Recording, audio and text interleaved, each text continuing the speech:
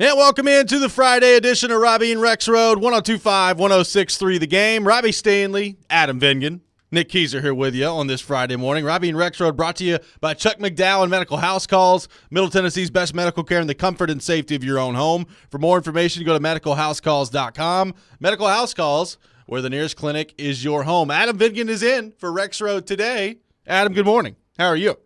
I'm good. I woke up this morning, saw the schedule for the Predators-Canucks series, and was pleasantly surprised by the start times for the games in Nashville. I was concerned it was going to be the dreaded 8:30 local start, but if you did not see Game 3, Friday, April 26th at 6:30 at Bridgestone Arena, Game 4, Sunday, April 28th at 4. It's a great at schedule. Bridgestone Arena. So that's excellent. You will have to stay up until 9 p.m. to watch games 1 and 2 on TV. Correct. But that's what happens when you play a team in the Pacific time zone. But kudos to the NHL. Way to go, guys. I did not think they would handle that in a way that would be advantageous to the rest of us. I didn't either. And now the dreaded triple overtime game, even if it happens, it's not that bad, especially if it's on Sunday at 4 o'clock. Yeah, you can go to triple overtime at 4 and still be done at 9. Still be fine. Yeah. Still be real good. Nick Keyser, how we doing? What's going on? Doing good. So are we going to have a Utah hockey team now, fellas? We are. I mean, this is going to be crazy.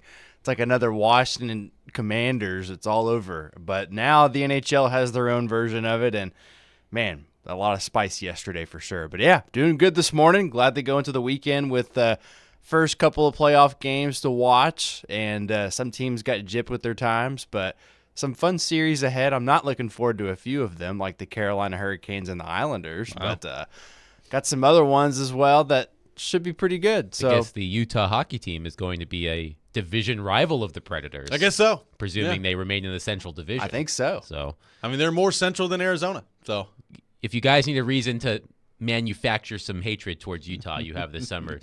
Yeah, come up with some reasons. Yes. Yeah.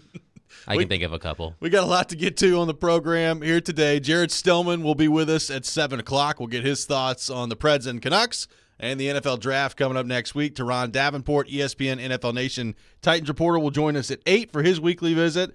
And make sure you stay tuned today. We have Predators playoff tickets to give away today here on the show as well for Game 3. So we will give away tickets to Game 3 of the first round for the Predators against the Vancouver Canucks later today on the show. So make sure you're tuned in for that. It will be probably a trivia question of some kind.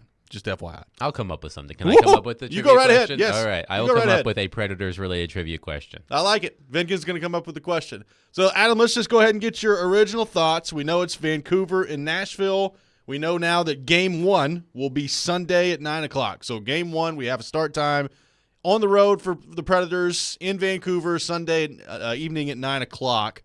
What are your thoughts on the matchup for the Predators and this series against Vancouver? I think it's going to be a fascinating series. When you look at both of these teams, really it's a tale of two seasons for both of them. The Canucks got off to a fantastic start. They were leading the NHL at the All-Star break. And since they came back from their All-Star break / bye week in early February, they've really been treading water. Obviously good enough to win the Pacific Division, but they were not the same team statistically in the second half of the season as they were in the first half of the season. You know, we know that the Predators were the opposite. It did not get off to a good start here in Nashville. And then, of course, the second half, the 18-game point streak, things turned around. So I guess in that sense, you might want to be the Predators in that situation. They have been playing better overall in the second half of the season than the Canucks, though the Predators did limp to the finish line a little bit. So I wonder if that cancels out that advantage. But you know, I pulled some Canucks numbers just to get a sense of, you know, where they were before the All-Star break and after the All-Star break. They were 33-11-5 at the All-Star break. That was the best record in the NHL. After the All-Star break, they were 17-12-4, which by points percentage was 14th in the NHL. So now some of that is Their starting goaltender, Thatcher Demko, missed a month of action. Yep. They were actually really good defensively, like in terms of preventing scoring chances and such while he was gone, but their goals against average did go up because they were having to start their backup for a month. Right. But some really good players on the other side. Quinn Hughes is an outstanding defenseman.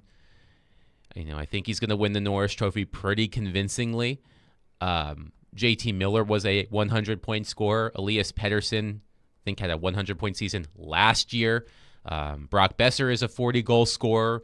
They've got some guys that you may not have heard of if you are a casual fan or don't watch the Canucks a lot, but they are impactful. Connor Garland comes to mind.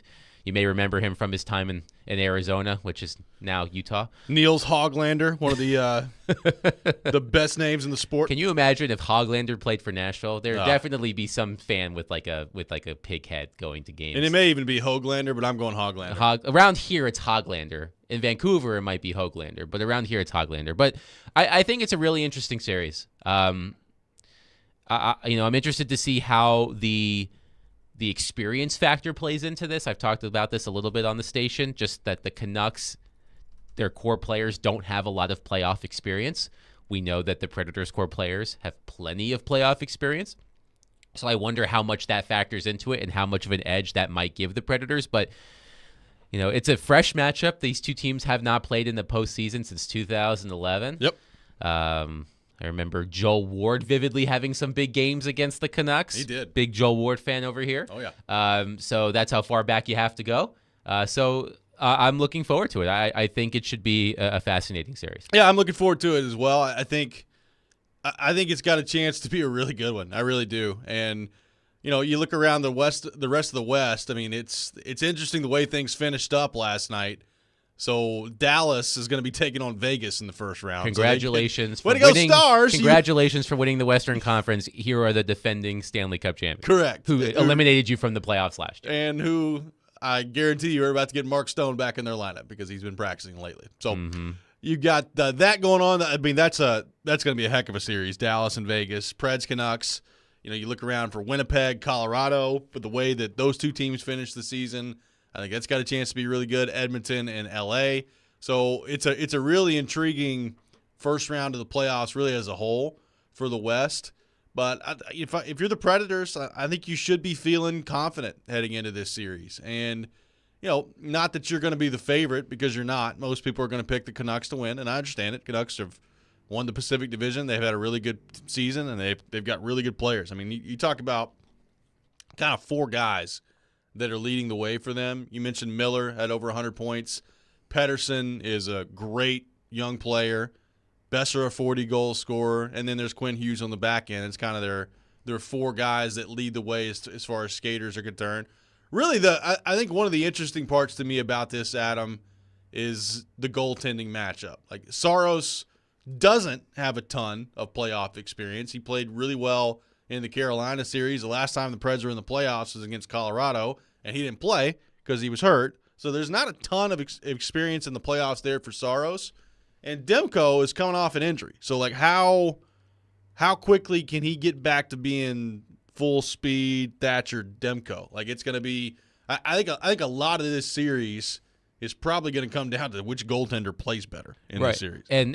And Demko does not have postseason experience either. Well, he does, but not a lot. Yeah. He played, I think, 4 games in the bubble in 2020, and he was the backup goaltender at the time. Jacob Markstrom was the starter for the Canucks, so he doesn't have much playoff experience either. So between him and Saros does have the advantage there, but not by much. But you're right. Like, Saros obviously came along in the second half of the season, played a big part in the point streak. Demko, has played 2 games. He played the Canucks' last 2 games. So he's had some, he had a couple of regular season games to get back up to speed. But he was an all-star. I mean, he was very good before he got hurt. So, I think one thing that works to the Canucks' advantage, at least in that respect, is, as I said, they played really well defensively with Demko out.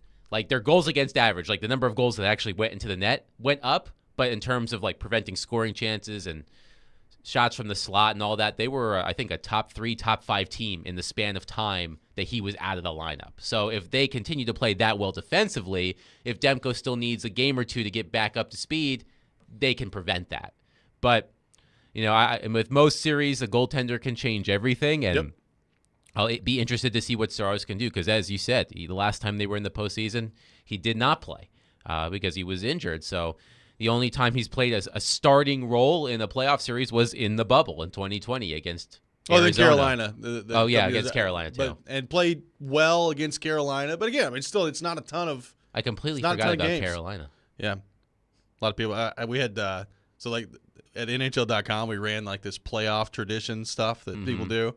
And Tracy Myers put up the smash car for the Predators, and there was a bunch of photos, and one of them was the Hurricane series.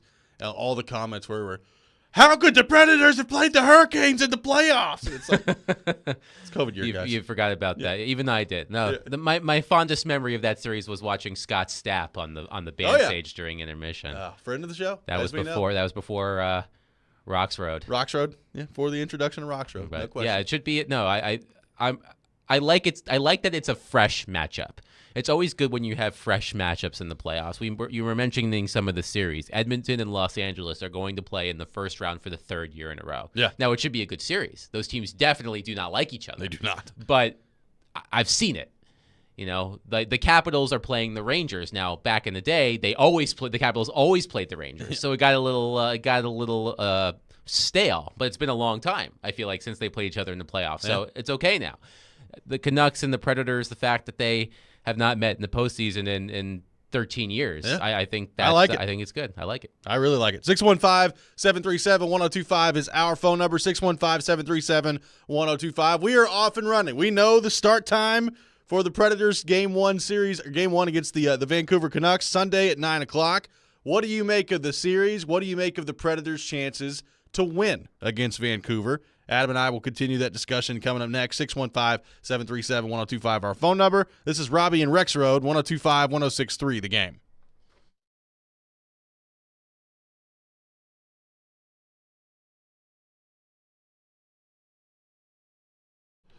Hey, Robby Stanley here. The NBA play-in tournament gives teams the chance to play their way into the postseason, so it only seems right that new customers on FanDuel can play their way into $150. Just place any $5 bet, and you'll get $150 in bonus bets, win or lose, to use during the NBA playoffs. Tonight, the Chicago Bulls taking on my beloved Miami Heat. Doesn't look like they're going to have Jimmy Butler. I think the Heat are probably still going to find a way to win anyway at home. I don't feel good about it. I don't feel good about my Heat team this year, but that's the way I'm going tonight. You take it any way you want to take it. Just go to FanDuel.com/Rob in order to get started. Once again, that's FanDuel.com/Rob. FanDuel, official sports betting partner of the NBA. Must be 21 or older and present in Tennessee. First online real money wager only. $10 first deposit required. Bonus issued is non-withdrawable bonus bets that expire 7 days after receipt. See terms at sportsbook.fanduel.com. Got a gambling problem? Call the Tennessee Red Line at 1-800-889-9789.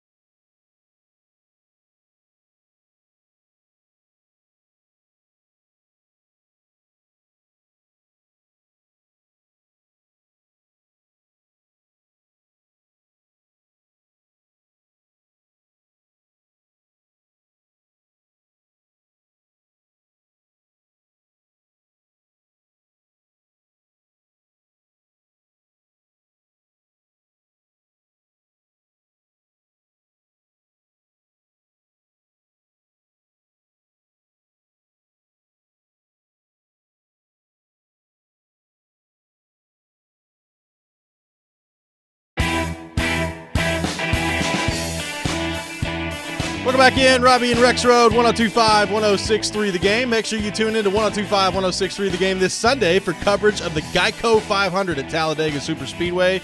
Coverage begins at 1 o'clock, race starting at 2. Coverage also available on the 102.5 The Game app and at thegamenashville.com. We are live from our Busy Bee Plumbing, Heating, and Air Conditioning Game Nashville studios, home of the $99 yearly Beehive membership, where the buzz is always about great service. Robbie Stanley, Adam Vingan, Nick Keys are here with you on this Friday morning. Game 1 of the Predators and the Vancouver Canucks coming up on Sunday night at 9 o'clock. So the Preds will play the first 2 on the road, 2 more back here at home in their best-of-7 series, and we'll see kind of where things go from there.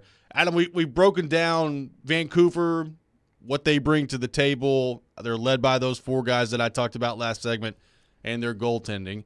So what do you make specifically of this matchup for the Predators? And what kind of a chance do you give the Predators in this series to win and to take down the Vancouver Canucks? Well, I definitely give them a chance.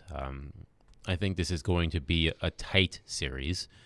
It's not going to be what we saw the last time the Predators were in the playoffs, which was a massacre, which was at times uncomfortable to watch, the way the Avalanche destroyed the Predators. Although Connor Ingram put up a heck of a fight in Game 2, man. Yeah, that was one of the gutsiest performances I've ever seen. But anyway, I think we've talked about the top players on each team, right? Each team has. I heard Willie talking about this yesterday. A quote unquote big 4. Yeah. You've got on Vancouver Quinn Hughes, Elias Pettersson, Brock Besser, and JT Miller. On Nashville, you have the first line: Philip Forsberg, Ryan O'Reilly, Gus Nyquist, and then Roman Josi on the back end. And oftentimes, we've seen this plenty of times, especially here. The way that series are determined are through those quote-unquote unsung heroes. Yep. It's, okay, which depth players are going to step up and make a difference? You mentioned Niels Höglander has 24 goals this season. I mentioned Connor Garland earlier. He has 20 goals. He's the type, like, if I had to guess which Canucks player Predators fans are going to despise by the end of the series, it's going to be Connor Garland. Yeah. He is one of those, in your face, gets always tries to get himself in the mix, an extra shot here, a glove to the face there. He's that kind of guy. But he's been really good this year in a secondary role for the Canucks. And then you look at the other side, and I was thinking about this yesterday. I was like, who is going to be the quote-unquote X factor for this Predators team? The guy that, outside of that big 4, I think has to have a big series in order to make a difference. And I don't think my pick is probably going to shock anybody, but it's Luke Evangelista. I wonder if Luke Evangelista can be to the Predators this season what Victor Arvidsson was to them during the 2016 playoffs. Now, that was when Arvidsson sort of burst onto the scene. Yep. He scored was it the double overtime goal against San Jose, or was that Fisher?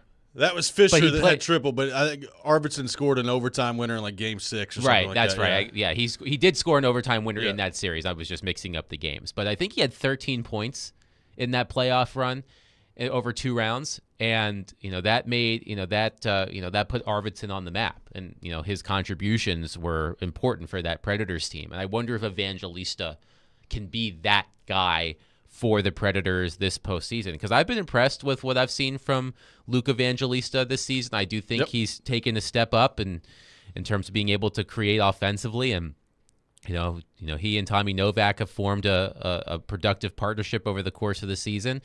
Victor Arvidsson I'm confusing 15-16 with 16-17, but he did have 13 points in 22 playoff games in 16-17. So, but he did, although he only had 2 points in 15-16, he did score a big goal, made himself known. I was confusing the two. I'm sorry. It's been a long time. But it's been a long time. Point being, he was a spark plug, as we know. And I wonder if Evangelista could be that guy for the Predators. Yeah, I mean, I think there's the way he played at the end of the year and kind of the way he's made up, if you've been around him, is I feel pretty good about that.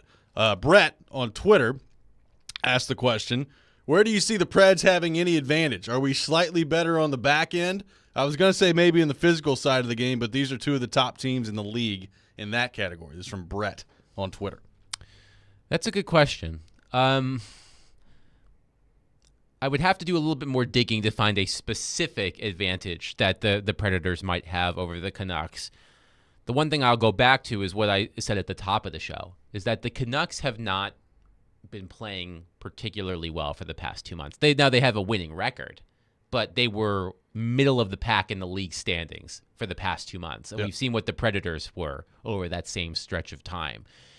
I wonder if, their offense has dropped precipitously in between the first and second half of the season. They were averaging nearly 4 goals a game in the first half of the season. I think they're averaging a goal fewer per game in the second half of the season. Meanwhile, the Predators' offense has gone up during that time. Right. And so I'm wondering if it's just a matter of, I know we'll probably talk about this today. I know I wrote about it recently, the idea of peaking too soon. Oh, yeah. I'm wondering if that could come into play in this series. But the matchup within the matchup that's going to be fascinating is Quinn Hughes versus Roman Josi. Yeah. I mean, these are the two most dynamic defensemen in the league. They are sure to be 2 of the 3 finalists for the Norris Trophy. My guess is that Quinn Hughes wins it, but Josi's play in the second half of the season was outstanding. He was, in my opinion, the best defenseman in the league in the second half of the season. Yeah. Really, since the team came back from Christmas, he's been generating offense at an extraordinary rate. So, and he played a huge role in the team turning things around. So, I'm really curious to see how much that plays into it, because those two guys make a lot of things happen from the back end. And although their offensive games are what people notice, they are both solid defensively as well. They're not defensively deficient. So to me, that's the matchup within the matchup I'm really interested in. Yeah, I think that's a really good one. I think too, Ryan O'Reilly this time of year. I mean, we've seen this before. Look, if the Predators are going to win this series, yes, they need contributions from people up and down the lineup. They're going to need some big goals from some secondary scorers. They're going to need their goalie to play well, all the traditional things. But I mean, if they're going to win the series, they're going to need a big series from Philip Forsberg. They're going to need a big series from Ryan O'Reilly, and they're going to need a big series from Gus Nyquist. Like that top line that's carried them all year, they need those guys to play really well.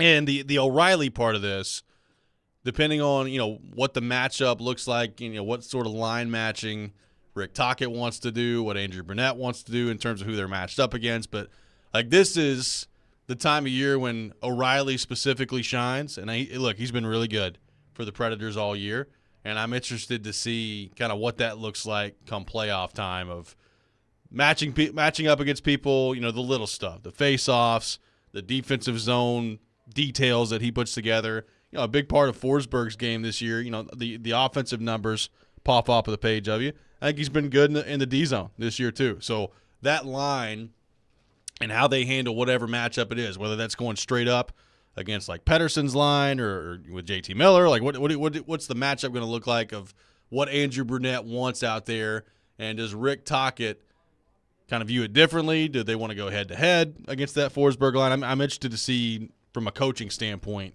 what that looks like. Yeah, I'm looking at their lineup, the Canucks lineup, from not their most recent game because they rested a lot of guys last night, but the game before against Calgary, and they've got JT Miller on the line with Brock Besser, and is it Pius Suter? Pius, I believe. Pius Suter. And their second line was Elias Pettersson with Ilya Mikheyev and Niels Hoglander. So the Canucks mix and match a lot. They have a lot of versatile players. So, but I'm wondering who would be the better matchup for that O'Reilly line. Now, of course, with them playing on the road first, the Canucks are going to control those matchups. I wonder, which line they're going to try to free up from O'Reilly. It's going to be interesting just because Miller and Pettersson are really, really good. They are. I mean, Miller had 103 points this season. It was the 7th most in a season in Canucks history. Pettersson, signed a gigantic contract. I think he's going to be like the 5th highest paid player in the NHL next season. He has a cap hit next year of $11.6 million, if I'm not mistaken. So an excellent player. Did not have as many points this season, but a guy who can make things happen. To borrow our friend Stilly's term. He's a big boy forward, all He is. right. So as is JT Miller. So yeah, that'll be interesting too. But assuming that those lines cancel each other out, can Tommy Novak or Luke Evangelista, Jason Zucker, can they make a difference against some, we haven't mentioned Elias Lindholm yet, Connor Garland. They've got some good players in their bottom six too. Let's take your thoughts on the Preds. Open up our phone line driven by WilsonCountyHyundai.com, 615-737-1025. Your calls for Adam and myself. What are your thoughts on this Predator series against the Vancouver Canucks, which begins on Sunday night at 9 o'clock? More on that coming up next. You're listening to Robby and Rexrode, 102.5, 106.3 The Game.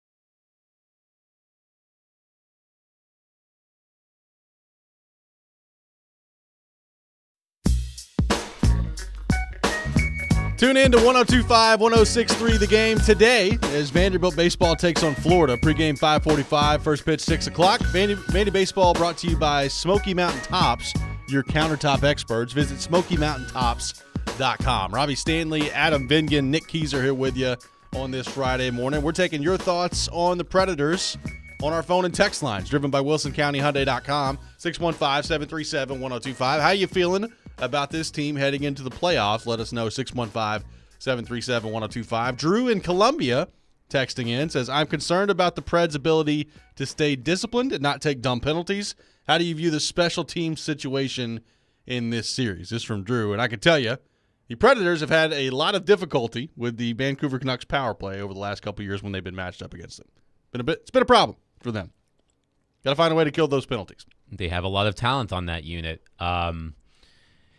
But sort of going back to what we've been talking about in terms of the split in the season for the Canucks, I think they finished the season 11th on the power play, but they're 24th since the All-Star break. Yeah. So they, for as much talent as that team has on its power play, hasn't been playing well lately. I'm trying to remember who's on their top. I think their top unit, it's JT Miller, Brock Besser, Quinn Hughes, Elias Pettersson, and I think Connor Garland currently. Like that's a lot of talent. But the Predators have been playing well in the power play lately, so maybe they have the advantage there. But I mean, you have watched the Predators more closely than I have this season, Robbie. I mean, I feel like the last couple of seasons, this was one of the most undisciplined teams in the league. Yeah. I feel like they're not that anymore. Yeah, I don't really get that vibe from them. I mean, look, every now and then they take some what I like to call penalties of aggression, where you'll see, kind of a needless offensive zone tripping penalty when you're trying to get the puck, or hitting somebody a little bit too late. Lozon's done that a couple times this year, but for the most part, I think they've done a pretty good job of staying disciplined. And look, it's the first round of the playoffs. It's going to be really physical out there. The pace is going to be really high. And, that doesn't mean that penalties aren't going to be called. I think that's kind of a misnomer heading into the playoffs, that the refs just swallow their whistles. Sometimes they do. Sometimes they don't. I mean, look, I've seen playoff games where it's like, geez, you guys going to let them play 5-on-5 at any point in this series? That'd be awesome. But I don't know that I worry about that. I mean, there's no question, though, special teams, like when you start to break down the differences in a playoff series, special teams can be a big factor. I mean, I think back to 2019 – against Dallas, like would they go 1 of 19 on the power play in that series or something like that? I mean, did they score on the power play? They may not have. Like you when you do that, you don't have a chance to win. Like there's your power play. I kind of put it to you this way: like your power play in the playoffs, it doesn't have to be humming along at like 28, 29%, but you do have to score like some timely power play goals. There are moments in a game, moments in a series, where you've got some gigantic opportunities on the power play. And when you get those opportunities, number one, you've got to score on them when they're yours. And number two, you've got to find a way to kill those off when they're against you. And that's a lot of times what a playoff series can come down to. So, like, if I'm a Predators fan, I'm feeling pretty good about the way that your power play ended the season. They played pretty well. They started to move the puck a little bit more. They ended up at 21%, which was, I think, directly in the middle of the league at 16th. So it's not like the Predators have some elite power play, but that top unit, especially when they get the puck moving and, Forsberg's wheeling and dealing out there, Yossi's quarterbacking it. Like I think there's a lot of reason to feel pretty good about where the power play is right now if you're a Predators fan. Our correspondent in my ear tells me the Predators went 0 for 15 in the playoffs on the power play against the Stars in 2019. So can't do that. Absolutely cannot do that. And you saw what happened when that does happen. Yes. Yeah, I think it's all about timely goals. I mean, I think the Predators have gotten into a groove on the power play recently, which is good. But as much as the game is played at 5-on-5, which is why 5-on-5 play is important, Jared, I'm sure you're listening. Yes. 5-on-5 play is important in the postseason. I do think, and in general, I do think that, you can easily look back on the series and say, had the Predators scored on the power play here, had the Canucks killed off this penalty, things might have been different. Yeah, for sure. It's a huge deal. Cody on the text line, strategically wise, what's the biggest difference between playoff hockey and regular season hockey? And it's interesting.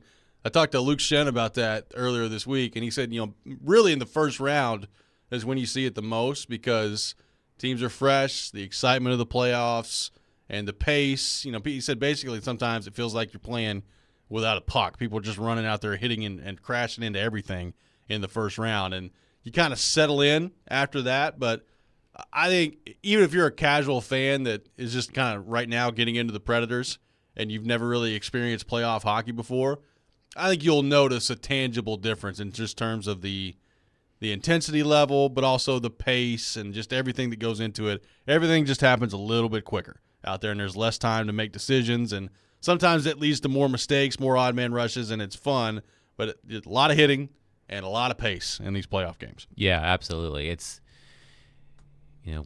we got spoiled with playoff hockey around here for a long time. Yep. It was weird watching a postseason last year without the Predators in it. So, I was reminded yesterday of the fact that the last time I filled in for Joe was February 16th. It was. That was the day after the Predators lost 9-2 to the Dallas Stars. We were having a very different conversation about the state of the Predators. Not a ton of playoff February talk that 16th. And was I wrong about my prediction. We didn't have Call Your Shot Friday that day, but I still called a shot. They were getting ready to go on that 5-game road trip, and I said that the Predators were going to earn no more than 5 of a possible 10 points on that road trip. I was basically saying it's over. Guys, season's over, probably over, guys. And boy, was I wrong. You were not alone.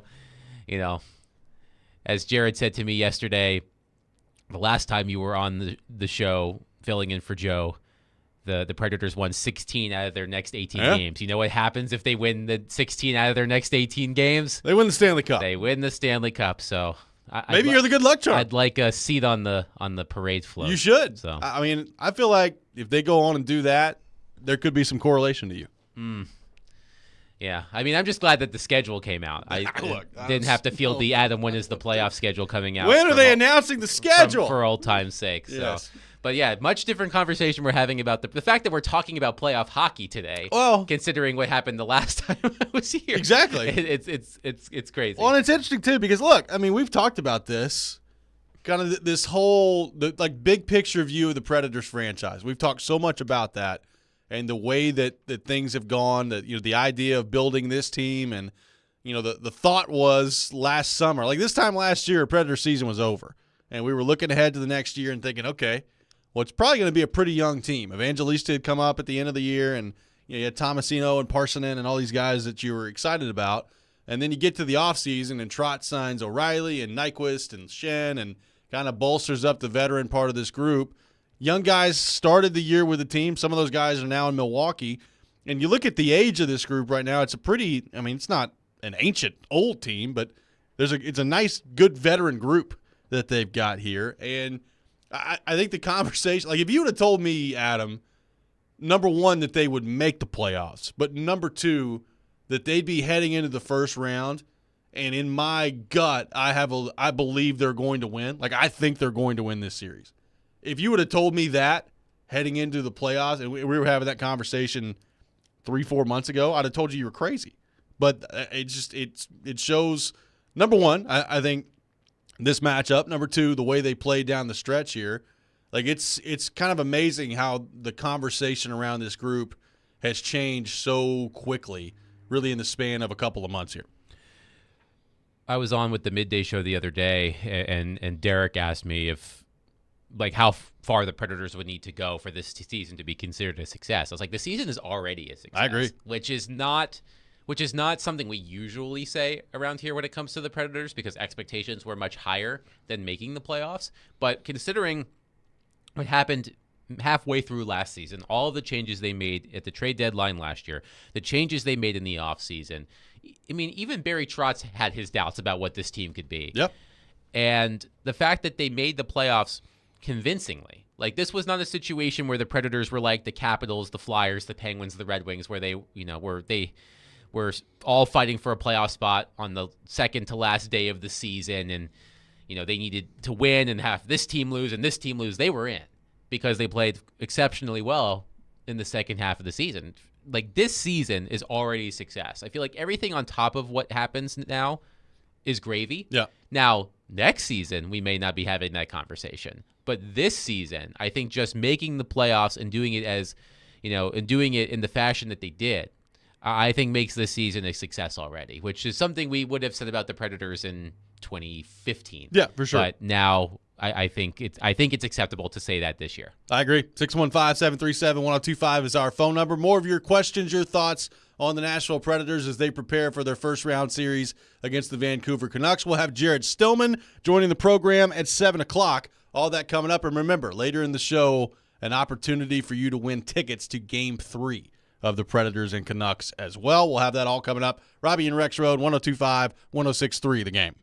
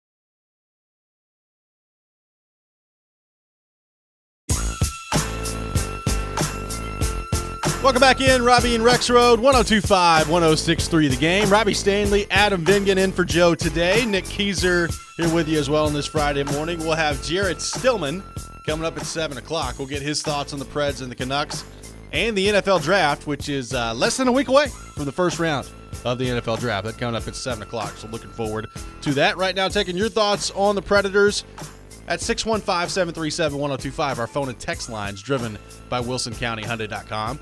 So, Adam, let me ask you this. On the Adam Vingan surprise-o-meter, whatever meter you want to consider that to be. Patent pending. Sure.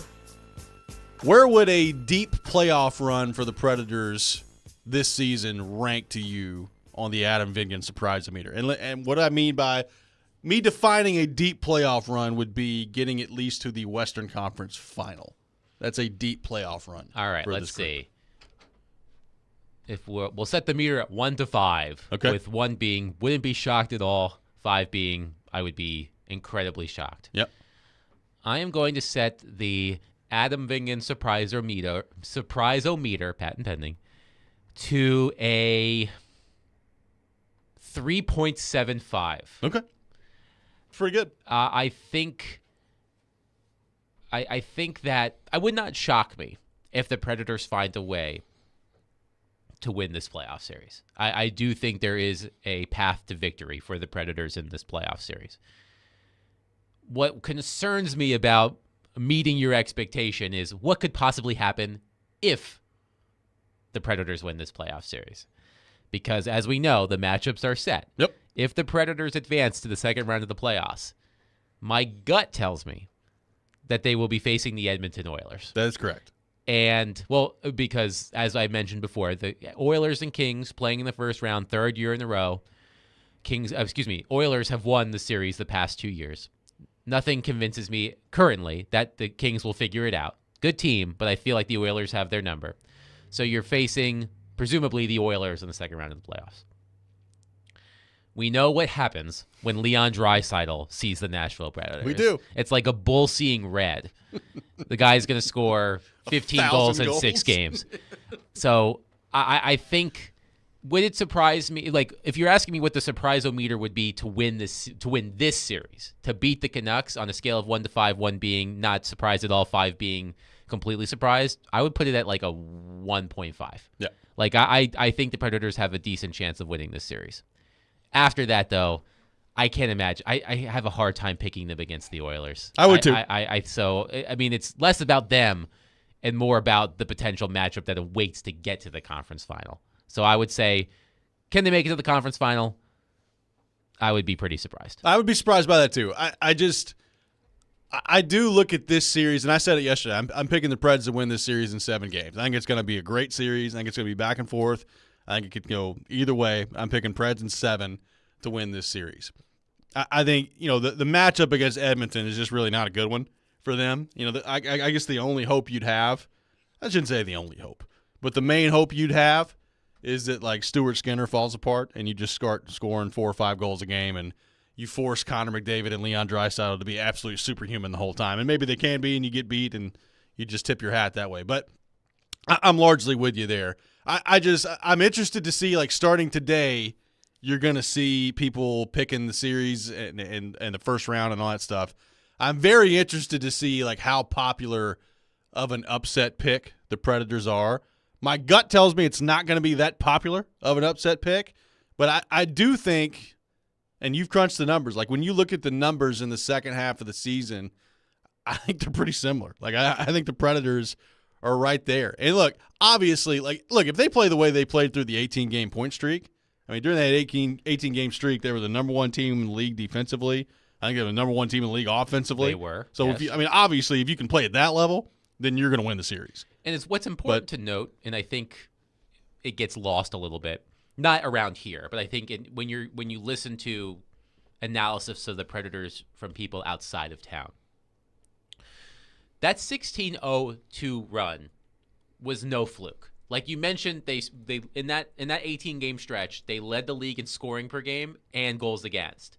But when you look under the hood, they were just as dominant. This was not a case of, and I'm not saying anything that Predators fans don't already know because they watched it. when you look under the hood, this was not a case of this team was playing below average and UC Saros stole 10 games. Yeah. He played really well, and so did Kevin Lankinen. But the team in front of the goalies was exceptional. Yeah.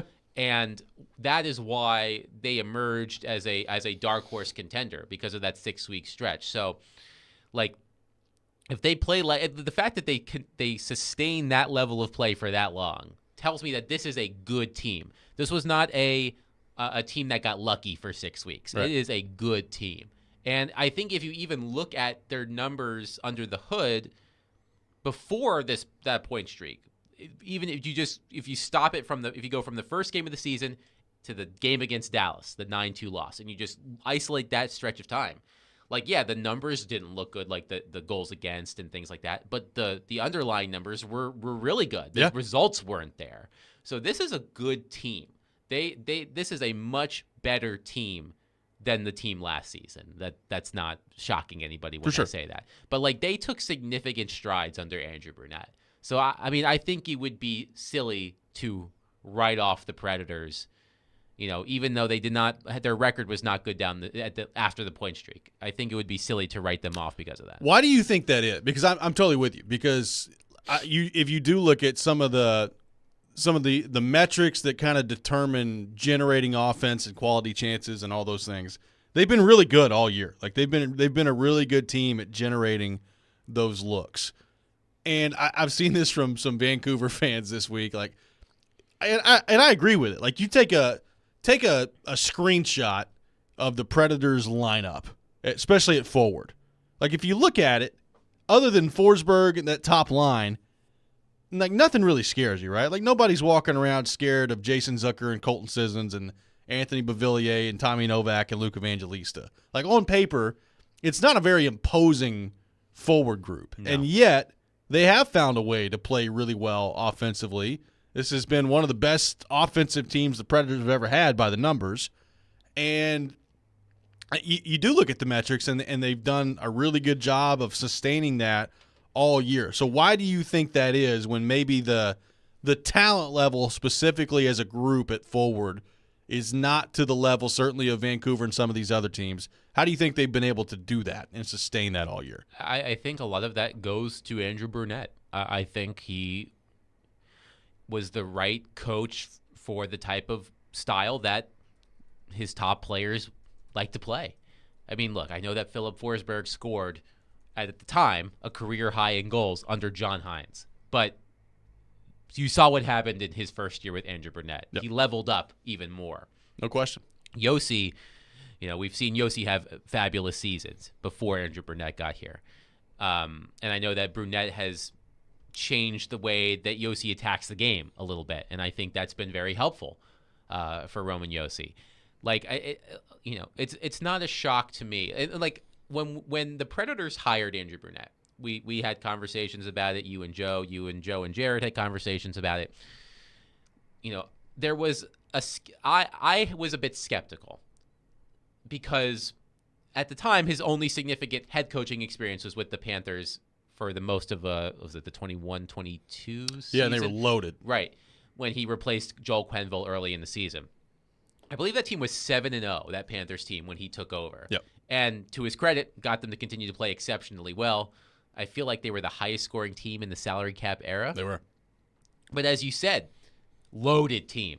So I was like, okay, how much of that is the team and how much of that is the coach? And can Andrew Brunette get that out of this? Right. Because as you said, the roster, not when you look at it on paper and say, that's a team I should be scared of. Right.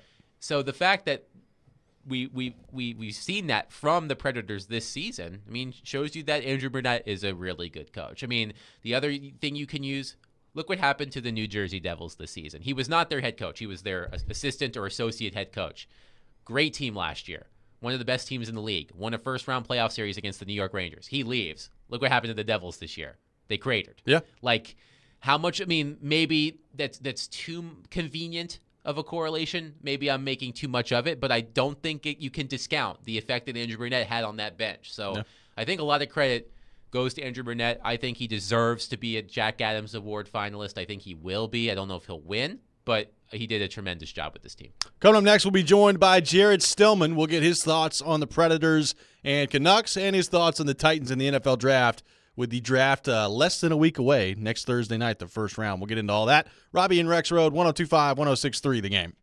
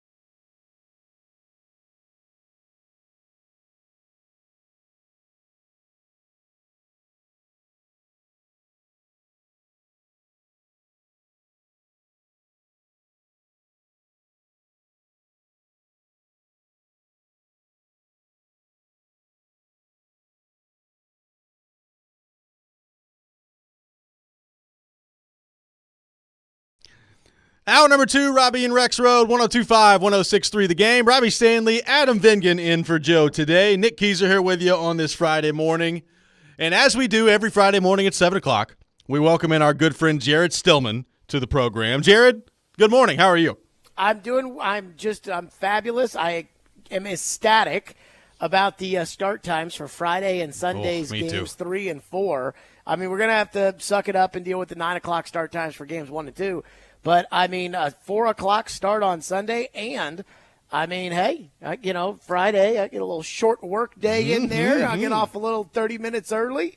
And, so I'm very, very excited for the playoffs, very excited for a playoff series. I don't want to let the cat out of the bag. We got a lot of great stuff today on Stillman and Company, but I got a feeling I think the Predators are going to win the series. So I, am very, very excited for it. I said Predators in 7. I think they're going to win too. So what do you make of the matchup against Vancouver, and how important do you think the playoff experience factor is in this, or do we overrate that in the media looking into this? I think it's important, and this series reminds me of the 2015 Chicago Blackhawks series, except for the fact that your team is the Chicago Blackhawks in this case, right? So that Blackhawks team was experienced. That Blackhawks team was older. Guys like Duncan Keith and Seabrook were, I think, in their 30s, and Kane and Taves were probably about 28 or so at that point in time. And the Predators were a really young team. Forsberg was really young, and Yossi was still young. And then Shea Weber got hurt in that series. And I want to say Mike Fisher got hurt in that series too. And the Predators, I think we all remember that 15 series. The Predators probably should have won that series. I mean, they blew Game 1 with a 3-goal lead. I want to say they blew a huge lead in Game 4, which was like a triple overtime game, and then they absolutely blew Game 6 in Chicago. And Peter Laviolette used to talk about that series and talk about how that team needed that series, and that if it wasn't for that 15 series, then 16 and the 2 7-game series against Anaheim and San Jose don't happen, and he doesn't think the Cup final happens. And so I think Vancouver is like that 15 Predators team where they're on the verge of being good for a while, but this is kind of their first real taste of the playoffs. And I think it matters, especially knowing that the Predators only have to take one game on the road. I think it's a wash at coach. I think they've got a great coach. I think you've got a great coach. I think it's probably a wash in net. They've got a good goalie. You've got a good goalie. But their goalie doesn't have a lot of – I think he's got 4 games of playoff experience from the bubble. So ultimately, I do think that playoff experience is probably what it comes down to, and so I think I personally, Robbie, think it matters. So which Predators player? Let's remove the O'Reilly. Okay, here we go. You didn't even let me finish yet. Let's remove the top players. So let's remove Forsberg, O'Reilly, Nyquist, and Yossi, and we'll remove Saros as well. Which Predators player not in that group do you think needs to have a big series to help the Predators win? So I'm going to say Tommy Novak, but I'm going to say this in 2 ways. Number one, I mean, it would be nice if Novak provides a punch offensively. I mean, the Predators are going to have to find some secondary scoring, and when they have been good, it has been because they've got one from Kiefer Sherwood and one from Mark Jankowski, or one from Michael McCarron and one from Tommy Novak. While the other guys kind of, again, carry the main load. But Novak, I am maybe a little pessimistic about in this series because I'm a little worried about him in his own end. So when it comes to like, hey, Tommy Novak needs to step it up. Well, for Tommy Novak, to me, I mean, that absolutely means being somewhat of a factor offensively. But it also, in my opinion, means not getting absolutely blitzkrieged in his own end, which I'm worried about with the size and speed of Vancouver. No, I think that's a really good point. So, kind of final thoughts on the Preds Canucks series before we move to the draft part of this. As you're looking at this series and you're looking at their path now that we know in the playoffs, it's Vancouver. If you beat Vancouver, it's going to be the winner of Edmonton and LA. I asked Adam this earlier on the Jared Stillman surprise-o-meter. Where would a deep run in the playoffs rank for you? And I define a deep run by this team making it to the Western Conference Final. And before you answer, Jared, just to give you, so we're on the same scale. I said I used a scale of 1 to 5, with 1 being I would not be shocked at all if the Predators made it to the Western Conference Final, and 5 being I would be completely shocked. So 1 through 5. I will put it, yeah, this is such a cop-out. I'll put it at like a 3, but I will say that getting to the Western Conference Final for the Predators, I think happens if they end up getting L.A. If they get Edmonton, it's not going to happen. But I also would say that I would be as shocked as I will be if the Titans don't take Brock Bowers next week. Now, that doesn't mean that Joe Alt. That doesn't mean that I'll be, like, angry, shocked if they don't take Joe Alt, but I just kind of think they're probably going to take Joe Alt, right? Like, It just kind of feels like the stars are aligning. So if Alt's on the board and the card comes down and Goodell goes out there and he says, the Titans take Dallas Turner, pass rusher, Alabama, it's like, what? That's probably how I would feel. So I give it like a 3. But, I don't think it's out of the realm of possibility that they take Dallas Turner or Brock Bowers or Roma Dunze or one of those other guys. On the draft front, you bring up Joe Alt, so let's start there. Let's say that the board plays out this way, Jared, and you've got Joe Alt sitting there at 7. You've got Malik Neighbors sitting there at 7. Which way are you going if you're the Titans? Oh, boy. I probably would go with Alt, only because I ultimately think they're both going to be, the quote-unquote blue players, right? And if they're both going to be really, really good, then I will take the high-end tackle because I get more years out of the high-end tackle at his peak than I might get out of the high-end receiver, though it's close. The reason I think I would take Alt is because while this is a deep tackle draft, it's a deep tackle draft probably in the first round and probably not much after that. Whereas this is a deep receiver draft throughout, where the Titans could theoretically pick up a receiver in the 4th round who could be a contributor, as early as this season and maybe a big contributor next season. It's that deep of a wide receiver draft. And I just think that the way that colleges are putting out these prospects, there may not be another tackle class like this in the near future.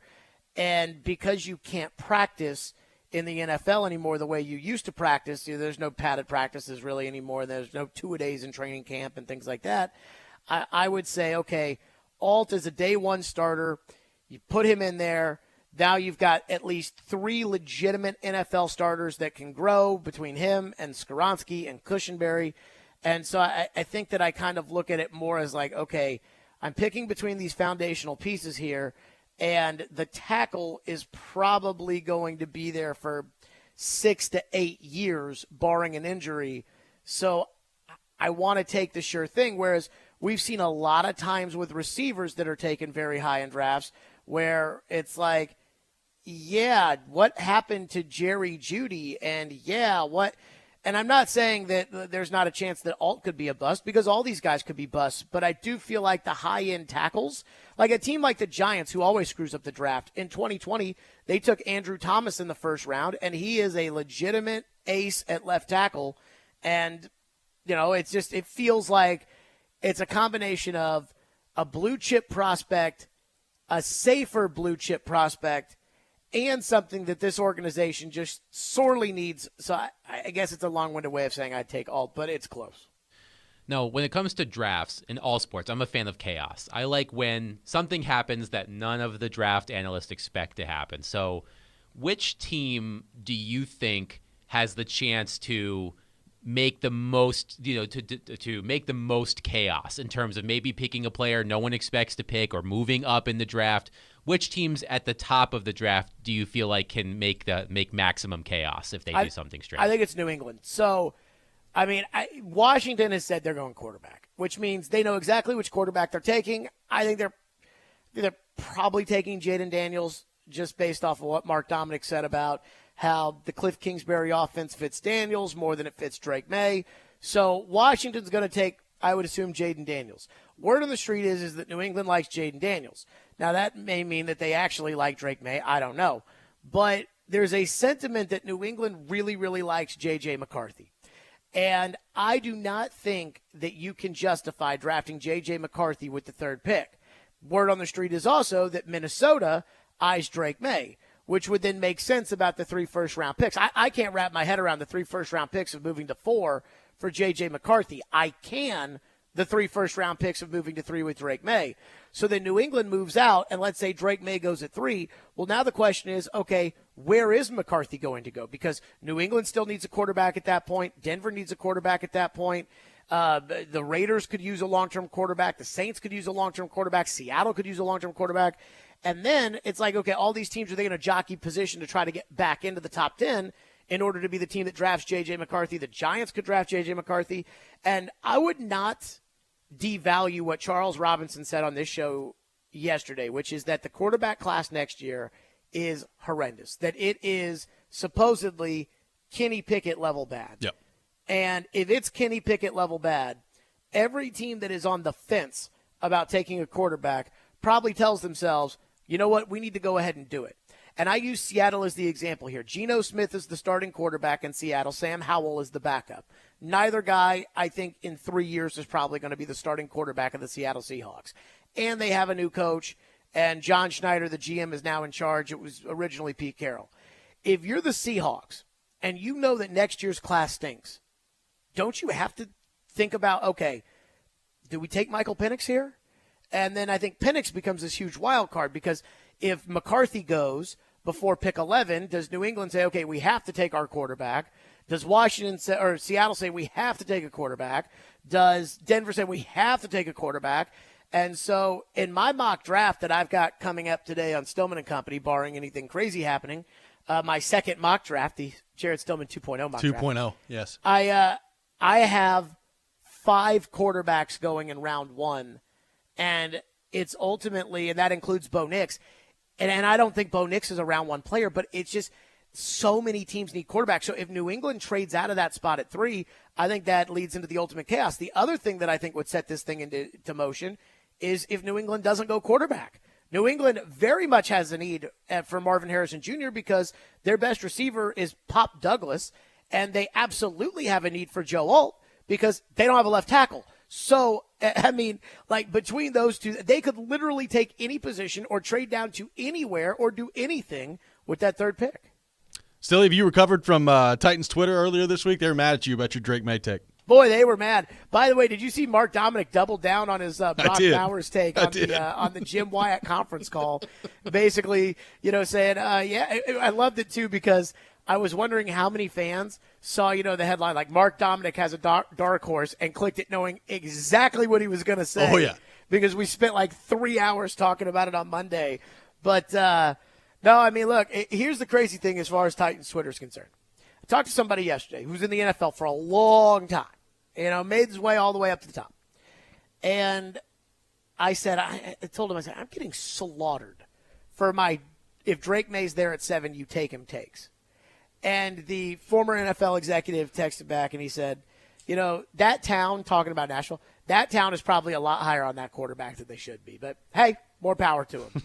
And I was like, that's not really the confirmation, or I guess maybe even lack of confirmation I was hoping for. I was maybe hoping for, Levis is great. And I did not get that. Did not get that. Titans Twitter, though, feels like, you, Robbie, texted me about how you felt like you defended my take. I did. And I didn't feel as much that you defended my take as much as you defended the position that these Titan fans that think Will Levis is a franchise quarterback are out over their skis. Well, there is that. There's that. But I defended your take. Look, I said it. Like, if you believe that Drake May's better than Will Levis is, you think he's a much better prospect, you take him. Paul Kaharski says you can't do that because you drafted Malik Willis 2 years ago. He did say that. He did say that. Jared, great stuff, buddy. Have yourself a wonderful weekend and enjoy Game 1 on Sunday night at 9 o'clock. I told Adam this yesterday. Last time Adam filled in for Joe, the Predators won 16 out of 18. My hope is that the Predators can win 16 out of their next 18 as well. That would mean a nice little championship and a nice parade down Broadway. How many would that be? 2 sweeps? How many sweeps would that be? 18 to win this? It would make you the Golden State Warriors when Kevin Durant was healthy and on that team. Exactly. Just a dominant run. Like the NBA, the salary cap in the NBA, and I don't even know if the NBA salary cap's real or not. I don't think it is. But the salary cap in the NBA went down because the NBA had to pay TNT and ESPN more money back because there were not enough playoff games. Yes, exactly. See you guys. Thank you, Jared. Appreciate it. We'll react to what Stilly had to say. Take your thoughts, 615-737-1025, our phone number. You're listening to Robby and Rexrode, 1025-1063, The Game.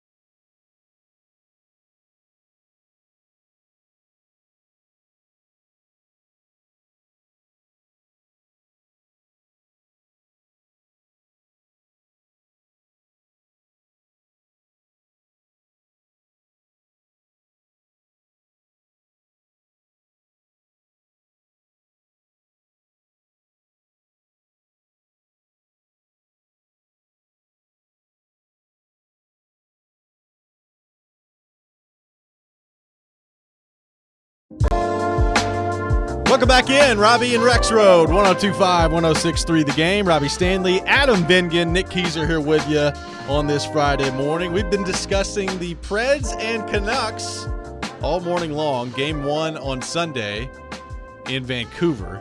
Puck drop at 9 o'clock. Game 3 will be next Friday, a week from today, here in Nashville.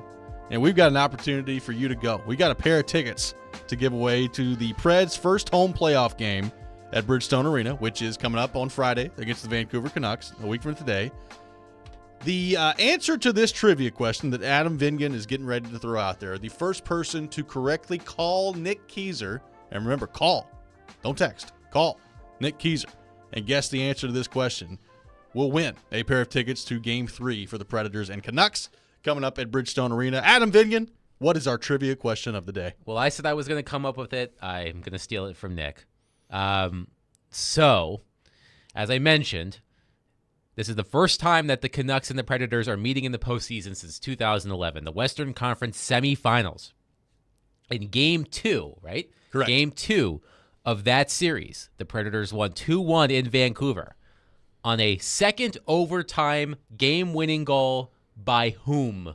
Name the Predators player who scored the goal in the second overtime to lift the Predators to a 2-1 win in Game 2 of the 2011 Western Conference semifinals. Give Nick Keyser a call, 615-737-1025, our phone number, 615-737-1025. If you correctly guess the answer, you will win a pair of tickets to see the Predators take on the Vancouver Canucks in Game 3, coming to Bridgestone Arena on Friday. Yes. So there you go. We'll see what the Good luck. What the good people come up with when it comes to that. Taking your thoughts on the Preds, 615-737-1025. I would also like to interject. Jared, who couldn't get enough of us in the last segment, texted me what he thinks is the answer. Jared, that is incorrect. Okay. So if you don't guess what No. Jared guessed. I remember this one clear as day. I mean, I can remember the play leading up to the shot. I can remember the shot.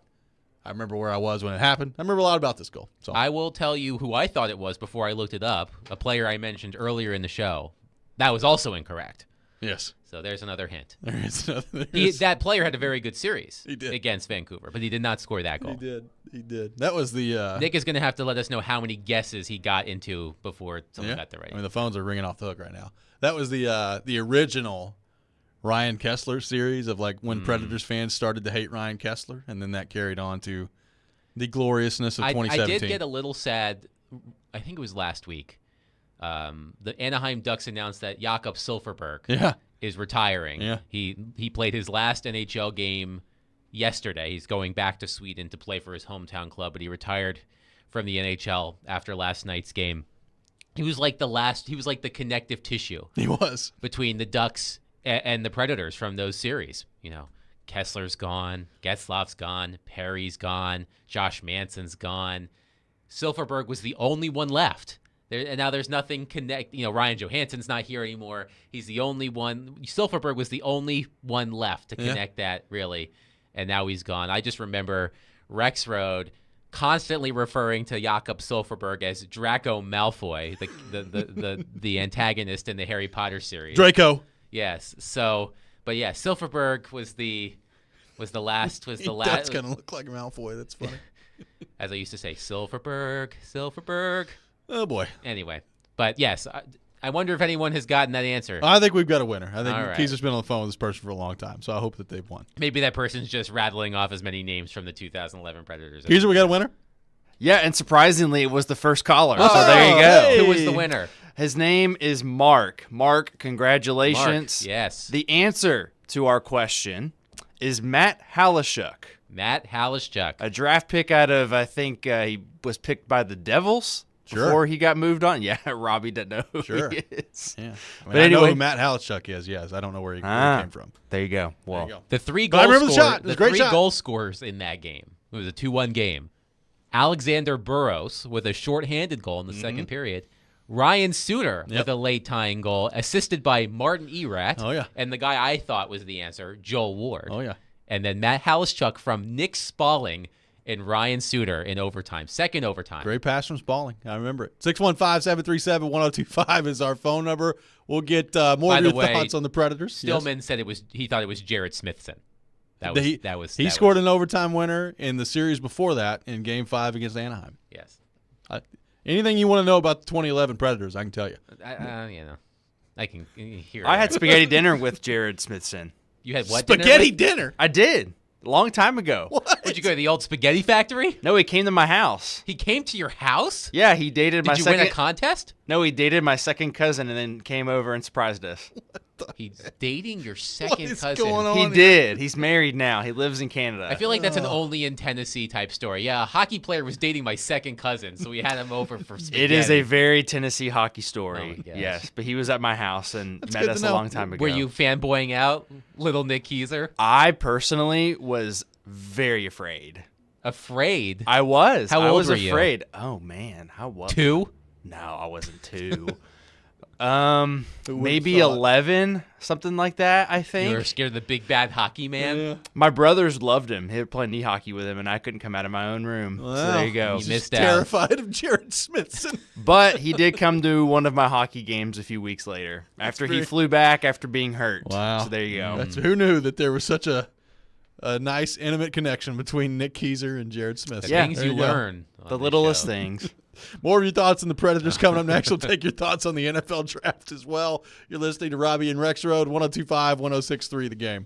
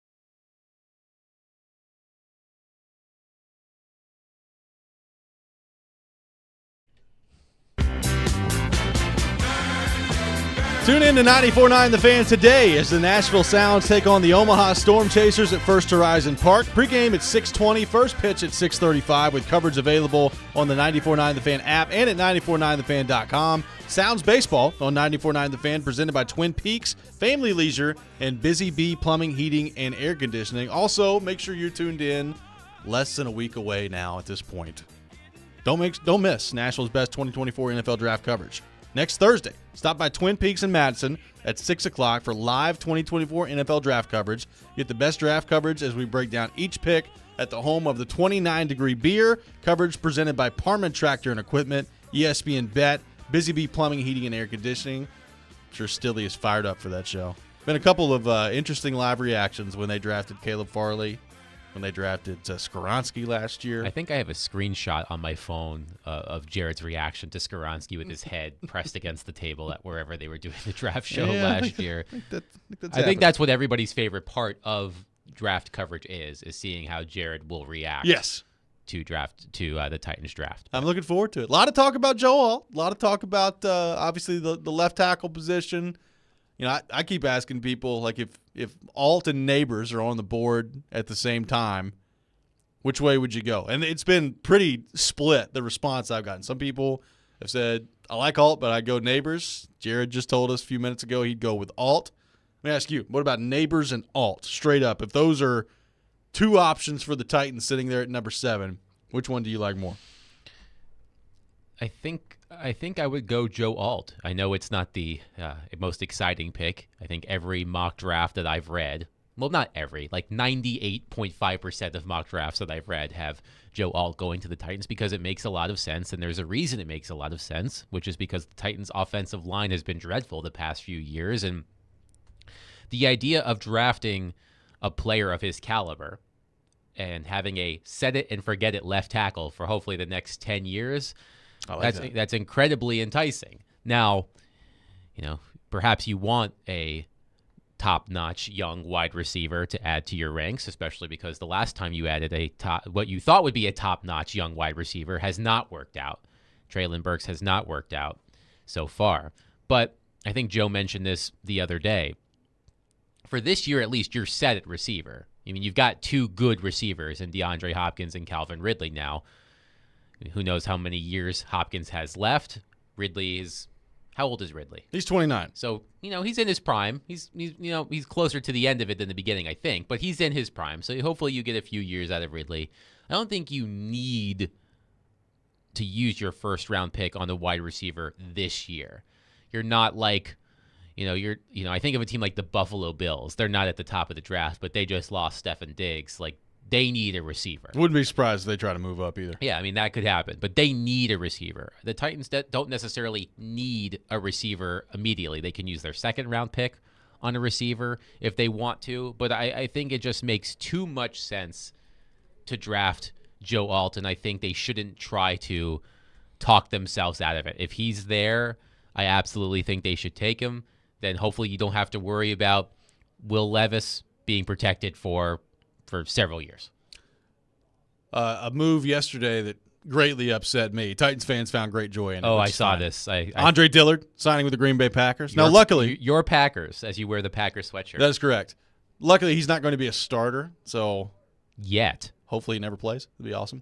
But I was like, so people are watching his film, and they watched what he did with the Titans last year, and he still ends up with a job. He's still getting a job in the NFL. And look, is he the worst left tackle that I have ever seen in the starting role? Yeah, I think he might be. Is he, as a backup, I guess, okay to have? Sure. But, man, did Titans fans enjoy that yesterday when Andre Dillard signed with my beloved Green Bay Packers. I mean, look. What are they doing? You have to fill a lot of positions on a football team. You do. So sometimes you got to sign some, to borrow Jared's term, crap bums. Sometimes you've just got to sign some crap bums. Scarbini. Or a Scarbini, which I need to ask him what the genesis of that is. I don't know. I've never heard anyone else say that. But yeah, as it relates to the draft, to me, it just seems like Joe Alton makes too much sense. It's a position of need, and I know that drafting for need is not always the best thing, but this is something that Titans absolutely need. And if you can put him there, and he's as good as everyone says he is, and he's a perennial Pro Bowler, and you don't have to worry about Will Levis getting blindsided multiple times a game, I think that helps the offense. I mean, it helps everything else run smoothly. And I like the moves the Titans made in free agency. I like the addition of Tony Pollard. I like the addition of Calvin Ridley. I think it makes the Titans very interesting next season. But yeah, I mean, I don't think you have to overthink this one. If he's there, I think you have to take him. Lenny on the text line says the Vikings are going to trade up for our number 7 pick, and we'll get Justin Jefferson. No way. I don't know if that's going to happen.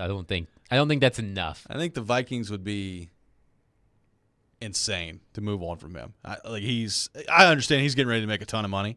I mean, he's gonna reestablish what the wide receiver market is because he's that good. But I think unless he is just dying to get out of there, and look, he might be. You know, Kirk Cousins is gone right now. Sam Darnold is their quarterback. Now I think they're going to try to get a move for a quarterback here in the draft. But I think you're going to see them exhaust every option to keep Justin Jefferson before they do something like that. And I think it would take more than that to get Justin Jefferson. So Bill Barnwell on ESPN.com does a mock draft every year where he has a trade for every pick. Like that, and this is what I think the trades are independent of each other. So It's not like if he trades one pick in one scenario, it's not available in the identifying other. A trade for every team. Yeah. So let me throw you out Bill Barnwell's trade. Okay.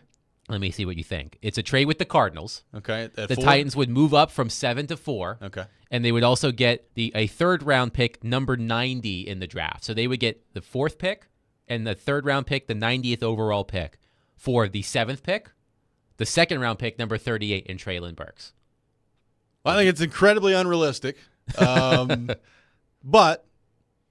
I mean, look, I don't think there's any reason for the Titans to move up in this draft. So, like, I mean, I guess I get it. Like, if you're going through your film and you're like, you know what, we have got to have Marvin Harrison Jr. I think Barnwell's explanation was that the Chargers are making a lot of noise about an offensive tackle. Oh. So get up to 4 to prevent the Chargers from getting Alt at 5. See, look, I like Joe Alt. I think Joe Alt is going to be a good NFL player. You know, Brad on the text line asked how does he compare to top tackles in the last 5 drafts. I mean, he's right up there with most of them. We had Dane Brugler on who talked about that earlier this week. Go check out Robby and Rexrode wherever you get your podcast, Apple, Spotify, if you missed it. But like, I'm not moving up to get Joe Alt. Like, if Joe Alt falls to you at 7, then that's great, and you take him and you hope that he's the plug-and-play left tackle that you don't have to worry about. But there are going to be so many good players available to you at 7. I'm not moving up for anything if I'm the Titans. Like, to me, you move up if you need a quarterback or if you think that there's a receiver that is just unbelievably game-changing to your franchise. Like, I think you're going to have an opportunity to pick one of those receivers there if you remain at 7. And, like, there's going to be too much talent there, I think, for you to move up. So the only trade scenario I'm entertaining if I'm the Titans is trading back and getting more picks. I'm not moving up. That's just me. Maybe they disagree with that, but I'm not messing around with moving up if I'm the Titans. If Alt is taken by the Chargers, if Alt is gone at any point before, I mean, what's your ideal number 7 pick then? I mean, it'd be one, like I'm cool with one of the receivers. Like, to me, I think Malik Neighbors and Rome Odunze are both going to be studs in the NFL. So if one of those guys falls to you and you don't land Joe Alt, to me, it's not the end of the world. Like, I'm okay with Fashanu. Like, I probably wouldn't go Fashanu at number 7. But if that's the way they decided to go because they felt like there's not a ton of difference between him and Alt, I'm okay with that too. Without left Bowers, tackle, if he's there. I would consider Bowers. Mm-hmm. Now, I think Bowers is probably more in play to me with the trade back option. Mm-hmm. But I've said this from the start. I love Brock Bowers. I think he's going to be a stud at the NFL level. So that's why, I mean, you just listed Bowers. There's Neighbors. There's Odunze.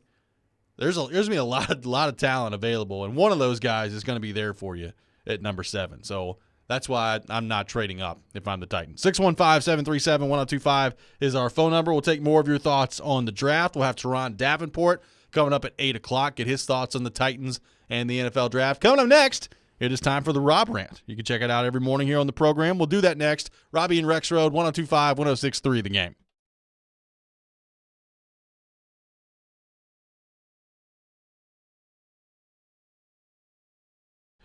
Hey, Robbie Stanley here. The NBA play-in tournament gives teams the chance to play their way into the postseason, so it only seems right that new customers on FanDuel can play their way into $150. Just place any $5 bet, and you'll get $150 in bonus bets, win or lose, to use during the NBA playoffs. The Bulls and the Heat coming up tonight. Heat are going to be without Jimmy Butler, I think. I'm going with the Heat anyway at home. I think they get it done just barely at home, but you can take it any way you want to take it. Just go to FanDuel.com/Rob in order to get started. Once again, that's FanDuel.com/Rob. FanDuel, official sports betting partner of the NBA. Must be 21 or older and present in Tennessee. First online real money wager only. $10 first deposit required. Bonus issued is non-withdrawable bonus bets that expire 7 days after receipt. See terms at sportsbook.fanduel.com. Got a gambling problem? Call the Tennessee Red Line at 1-800-889-9789.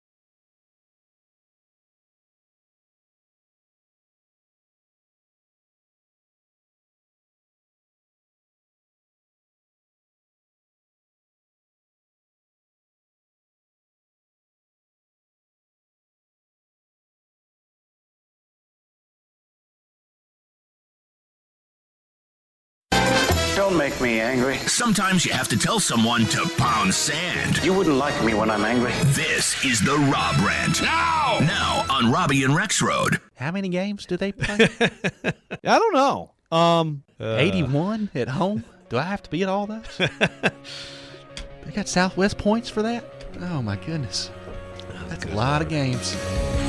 It is that time of the day, time for the Rob Rant here on Robby and Rexrode. You can check it out every morning here on the program, either the Rob Rant or the Rex Rant, or Nicked Off. We've only got one Nicked Off so far. I like that. We stirring up any more of those, Nick? Can we get one next week? Maybe so. Yeah. Okay. What was the last nicked off? I don't recall. I don't even remember either. I don't either. It I obviously really wasn't don't. that I don't remember memorable. what it was. You weren't that mad. I don't remember what it No. was. I could definitely rant about something that happened this week to me, though. Really? Yeah. Oh, I think I know where you mean. Yeah, I think you know. Yeah. All right. Maybe we'll save it for next week. There you go. Save it for next week. Now, what do you have, though? Oh, I've got something.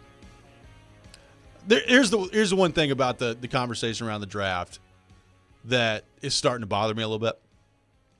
First off, I'm thankful beyond words that the draft is less than a week away, so we can start to move on with this stuff. I think as we've gotten progressively through this thing and you start to identify the needs for the Titans, the left tackle discussion, and Bill Callahan, I think we're starting to view Bill Callahan as like too much of just this magic elixir of, well, it doesn't matter. Like, you could take a left tackle in the 4th round, and as long as you have Bill Callahan, he can coach him up. You can get a starter over there, and you don't have to worry about it. And maybe, like, I'm even guilty of this too because, I just talked about I'm okay with the Titans taking a wide receiver there, particularly Neighbors or a Dunze, if you think that they're game-breaking players, which I believe both those guys are. But I do think there's something to be said for giving Bill Callahan the best possible player to work with.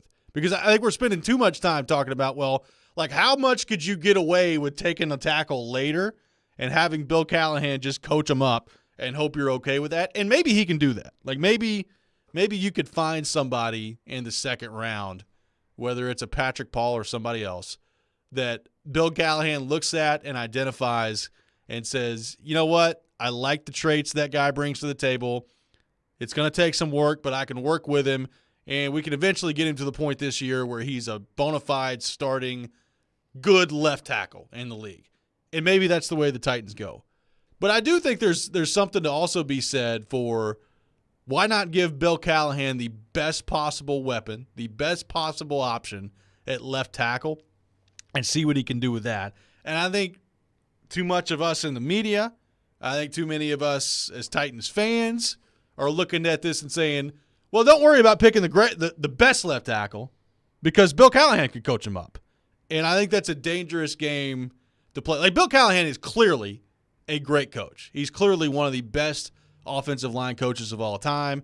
Players that have played for him rave about him. The results are what they are. Like, he's clearly a great offensive line coach, and that's awesome. Like, that's a really good thing to have in your back pocket if you're the Titans.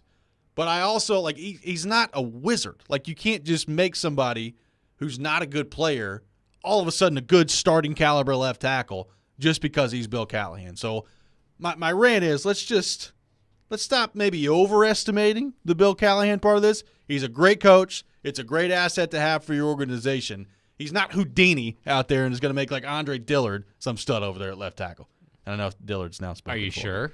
No, Yeah, I'm pretty sure. Yeah, look, I at this point of the year, as you said, it's talking season, which is what we like to say about SEC media days and such. But Shout out to Steve Spurrier. we're running out of steam here. Thankfully, the NFL draft is next week, as you said, and I think just because of how poor the Titans' offensive line has been in recent years, and it feels like they made a good decision by bringing in Bill Callahan. I would agree that for as good of a coach as he has been throughout his career, I think we might be overstating his overall impact. Now, I'm not saying he won't have an impact. He clearly will. He will. But to think that, like you said, don't worry about taking Joe Alt because we can insert left tackle here in the middle rounds and Bill Callahan can coach him into being Joe Alt. That doesn't happen. Yeah, like my scenario for not taking Joe Alt is because it would be because you think one of those receivers is a better player. Like that's what it is. Like I think there are some people that say, well, you can get one of those receivers or you can get another player because you don't have to worry about taking a tackle that high because it's a deep class at tackle and you got Bill Callahan. I'm like, well, I get that, but if you feel like Joe Alt is the best available player, then you take Joe Alt and it's pretty simple. Like my only reservation for taking Alt would be like if Neighbors is there and even a Dunze, but more specifically Neighbors. Like I'd have just me personally, I'd have a tough time passing up Neighbors. I would. Like I watched that guy play. He could run like the wind. I think he's going to be a special player in the NFL. So that's what the Alt decision comes down to me. Like, I like Joe Alt. I think he's going to be a good player in the NFL. The only hesitation I'd have in picking him is if you're taking him over a guy like Neighbors or a Dunze, and you think that those two guys are going to be studs in the NFL. It's not because I'm thinking, well, don't worry about taking Joe Alt there, because you can get a tackle later in the draft and just have Bill Callahan coach him up. I think that sort of mindset would be a mistake for the Titans. Yeah. I mean, let me ask you this. We did the surprise-o-meter, so we'll unveil the Robbie Stanley surprise-o-meter right now. Same 1 to 5 scale, 1 being not shocked, 5 being shocked, most shocked. The Titans do not pick Joe Alt at 7. I think I'd say 2.75. Like, I wouldn't be stunned by it. Like, I think there's a couple factors in there. Number one, I do think there's a chance he goes before 7. Like, I think, Jared brought up New England. They're kind of the wild card in this because everybody assumes they're going quarterback, because they definitely need a quarterback. But they also need a receiver. They need a left tackle. They need a lot of things, and they could trade out of that pick. So if they're trading out, who's coming in? The Chargers at 5, I think, could take Alt.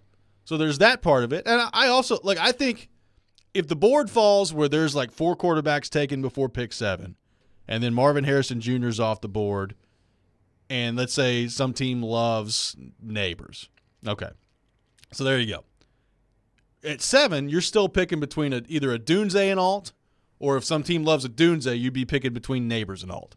I think that's a legitimate decision for Rand Carthon. I don't think he's just oh, good, Joe Alt's available. I'm walking up to the board or walking up to the commissioner and handing in the card. I think obviously they've prepared for that scenario, but I think that's a legitimate tough decision that the Titans are going to have to make, and it depends on your evaluation. So I'll go 2.75. I wouldn't be shocked if they ended up taking somebody else other than Alt. Interesting. I think higher than I think thought. some people's answer would be a 5.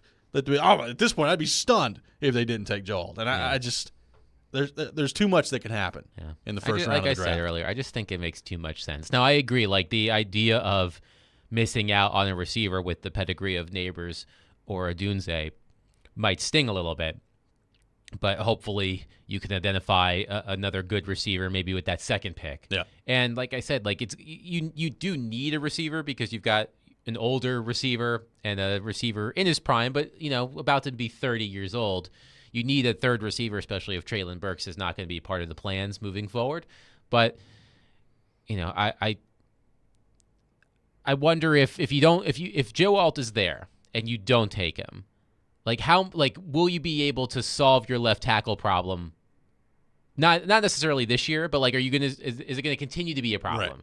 Right. That's the thing. If you take him with this pick, hopefully you don't have to worry about your left tackle position for a decade.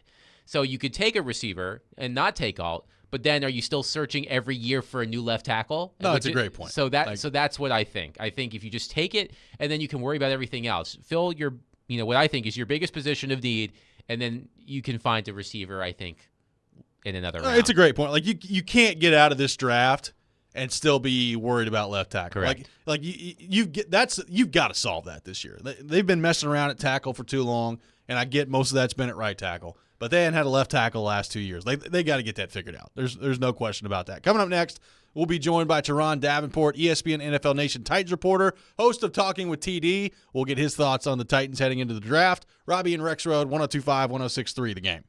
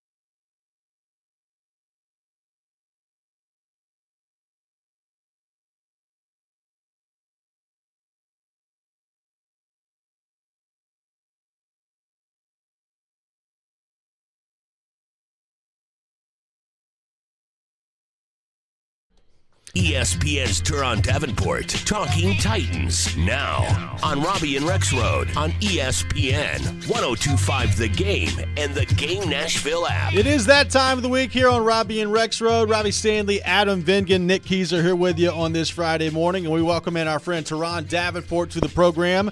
ESPN NFL Nation Titans reporter, host of Talking with TD, brought to you by ESPN Bet Sportsbook on our 102.5 The Game phone line, driven by WilsonCountyHyundai.com. TD, we're less than a week away from the draft. How are we feeling? We surviving? Oh, man, we surviving. That's right, man. Woke up this morning, so you know what? Already got that W, man. It's beautiful outside. I don't know if it is. You guys have gotten to look at it, but, man, I love it. It's a great week. No question about that. So, TD, it's interesting. You know, we were talking about this the other day. This time of year, there's been so much focus on the draft for months at this point. I mean, we've gone through prospect after prospect, tape after tape, all that stuff.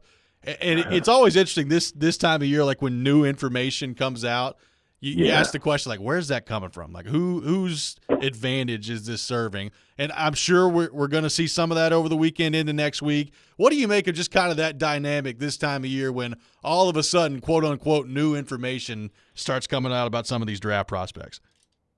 Yeah, I'll use another word to describe some of the information, and the word I'll use is disgusting. Because sometimes you'll see, like, Malik Neighbors all of a sudden has character issues. Right. You'll see, like, these different things that come out, and it's just like, come on, man.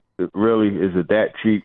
But there's other information that comes out, too. Sometimes you get a little bit more on somebody's medical situation and things like that from these 30 visits. So it's just all a big game and a big deal of posturing, in my opinion, and that's how I look at it. So, look, TD, we know this. There's going to be elite players available for the Titans to pick at number 7. There's the opportunity to trade back, potentially, if that opportunity presents itself. What is the scenario in the first round next week that if it happens, you walk away from it if you're a Titans fan and you think, yeah, you know what? I don't know that I love that. I don't know that I love what just happened in the first round for the Titans. What scenario comes to mind? I think if they trade back to the back 15 of the draft and don't get another first-round pick and another top 100 pick, I think that's probably the worst scenario. I mean, this team is set up in a way in which you almost can't lose, right? You look at it, if you stay at 7, you're going to get a blue-chip prospect. Yep. If you move back within reason, because typically the teams that are going to look to move up will be looking for a quarterback, so you'll be able to get a nice little haul for that as well. So I think they're in really good shape, and it's going to be very, very fun seeing how this thing plays out. Turon, I'm going to ask you a question I asked Jared earlier. As a draft fan, I like when yeah, that's always a scary sentence to say. I like it when a draft devolves into chaos, when something happens that no draft analyst expected to happen. A player gets taken, a trade gets made that throws the first round into chaos. So when you're looking at the top of the draft specifically, which team do you think has the best chance? Either a team that's currently slotted in the top of the draft or a team that could trade up into the draft. Which team do you think has the best chance of making that chaos happen? I would say Arizona. I think it's almost a foregone conclusion that the quarterbacks go the first 3, right? Caleb Williams, Jaden Daniels, Drake May.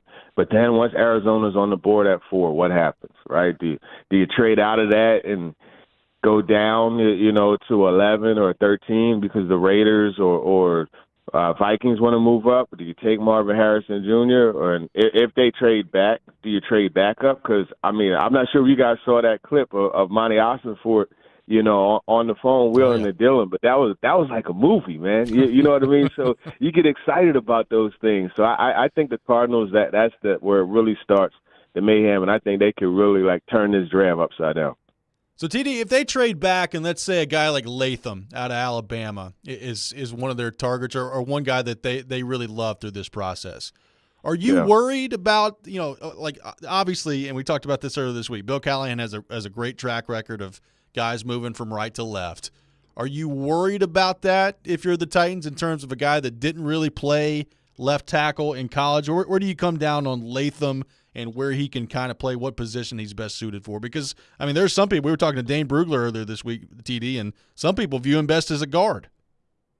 Yeah, that moving and tackle to guard thing, I think is really like a case by case situation. And when you look at Latham, man, I think he has the athleticism, he has the size, obviously, to play left tackle if need be. And if you go back and watch him, his issue, he has some lunging issues. Sometimes the footwork gets a little tweaked. He high penalty guy, right? And I think when you look at penalties, typically most of the time that happens because the guy gets by you or he gets them on you too quick, right? And that's usually a technique issue. And it just so happens that they have one of the most detailed offensive line coaches in Bill Callahan. So I think, that will offset it. I wouldn't have an issue with them moving back and getting him and flipping him to the left side. I think that would be a good move. And there are some teams that actually look at it that way. I'm curious what it was that Dane Brugler made him want to switch him to guard. I think he's shown everything he needed to show to play tackle, frankly. TD, last thing for you here. Let's say the decision comes down for the Titans and there's Alt and Neighbors on the board, and the Titans go with Neighbors. What would that tell you about, I guess, number one, their evaluation of it, which would be clear, but number two, the philosophy of Brian Callahan as he's entering his first year as head coach? Yeah, I think it tells you a few things. I think it tells you that Brian Callahan is a guy that talks the talk and, in this case, walks the walk, right? He said that he landed on the side of Jamar Chase because he likes guys that score touchdowns. And he kind of touched on that a couple times when he spoke at press conferences. That likes guys that scores touchdowns. That was when he talked to Stillman, in his really good one-on-one interview. So I think it tells you that. It also tells you that he has supreme confidence in his father, right, who is clearly an offensive line guru. Those are the two things that it tells me. And I think, if they went that route, you come back in 38 and you get a guy, maybe, Jordan Morgan, you get Patrick Paul, those types. And maybe you could make something happen there. Well, TD, we are less than a week away at this point. Next week, we'll be reacting to the Titans' first-round pick with you, so very much looking forward to that. Appreciate your time as always, and hope you have a great weekend. Tell us about our friends at ESPN Bet Sportsbook. Oh, yeah, absolutely. And, hey, man, the NBA playoffs are coming, so it's a great time to get involved with that. But ESPN Bet is ready to take you through all the huge sports moments this spring. It's the exclusive sportsbook at ESPN, and it has it all, including offers and promotions from Scott Van Pelt and Stephen A. Smith, from the playoff intensity to getting on the links and out to the ballpark. There's no better time to be a sports fan than right now. And now, as a new user, you get $100 in bonus bets for making any sportsbook bet. So download ESPN Bet today. What a play. You must be 21 or older and in Tennessee. For problem gambling support, call or text the TN Red Line at 800-889-9789. Terms and conditions apply. See the app for details. We'll get back into the Preds and Canucks coming up next. Game 1 coming up on Sunday night at 9 o'clock. What sort of a chance do the Preds have to win this series? And what do we think are going to be a couple of the biggest differences between the Predators and Canucks and who comes out on top? We'll take your thoughts on all that as well. 615-737-1025, our phone number. Robby and Rexrode, 1025-1063, the game.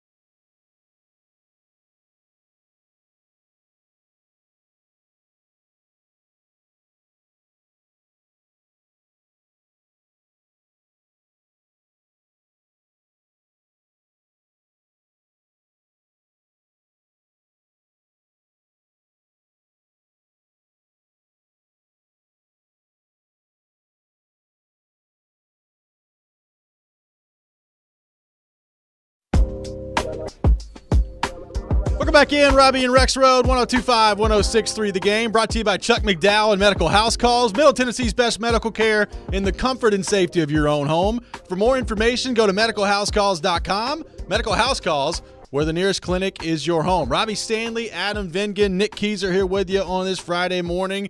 Broadcasting live from our Busy Bee Plumbing, Heating, and Air Conditioning Game Nashville studios, home of the $99 yearly Beehive membership, where the buzz is always about great service. Preds and Canucks, Game 1 coming up on Sunday night at 9 o'clock. So a couple of late night starts Sunday and Tuesday. They're back at home Friday for Game 3, which is a 6:30 start, which I'm very excited about. Sunday at 4, which I'm even more excited about for Game 4. So some good start times for the Predators at home there. Preds are actually traveling to Vancouver today. So they are likely either in the air right now or about to be in the air. They're practicing in Vancouver this afternoon. So Preds traveling to Vancouver today. They're going to practice in Vancouver this afternoon. I would presume they practice again tomorrow. And then game 1 on Sunday night at 9 o'clock. We've talked a lot about the Preds and Canucks so far today, but let's just kind of reset it there, Adam. When you look at this matchup, what stands out to you about this matchup for the Predators against Vancouver, and how much of a chance do you give the Predators to win this series against the Canucks? Well, I definitely give them a chance. As I said at the top of the show, when you look at these two teams, they basically had opposite seasons in the sense that Vancouver got off to an excellent start.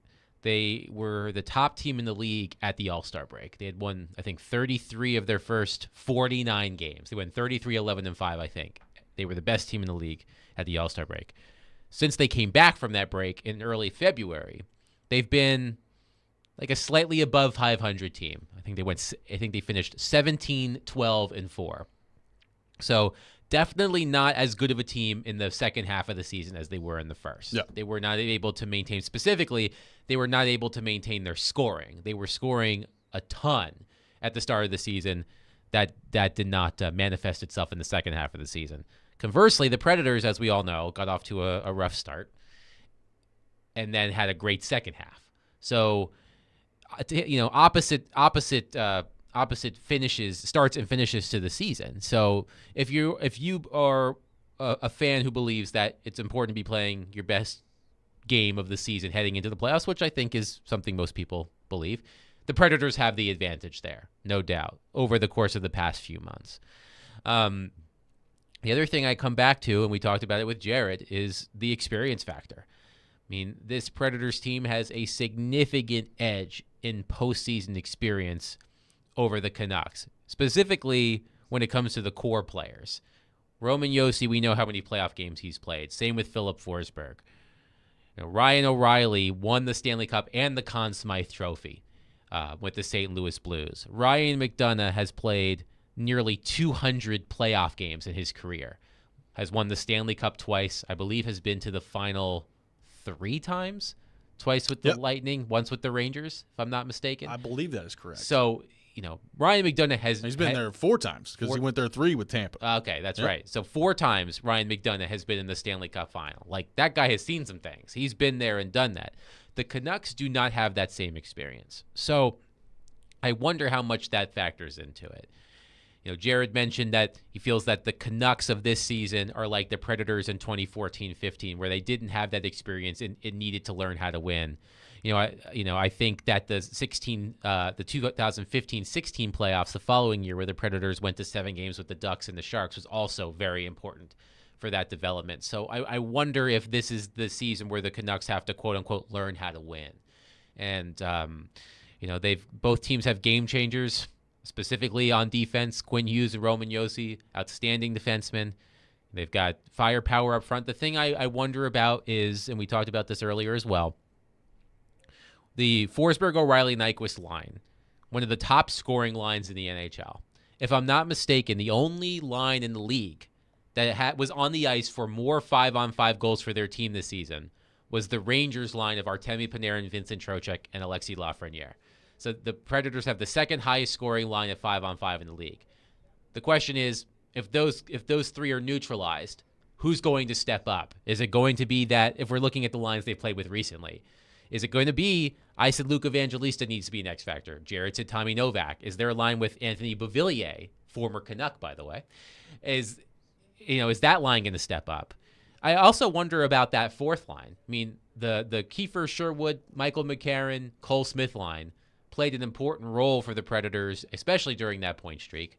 A lot like, the Yakov, Trennan, Colton Sissons, Chandler Jeannot line a few years ago. I mean, I think that line's going to be important in setting the tone. I'm just wondering if the lines are what they have been, which line is going to step up? Is it going to be the Novak line? Right. Is it going to be the Sherwood? Is it going to be the McCarron line? Is it going to be the Sissons line with Jankowski and Zucker? Which of those second, third, or fourth lines is going to make a difference in this series? Well, I think it's a good point. I think also, like, when you look at this matchup, the experience is one thing, but it's also like who can manage the emotions of the playoffs the best too, right? Like, I would imagine it's the first time Vancouver's been in the playoffs in a while. They're a home game.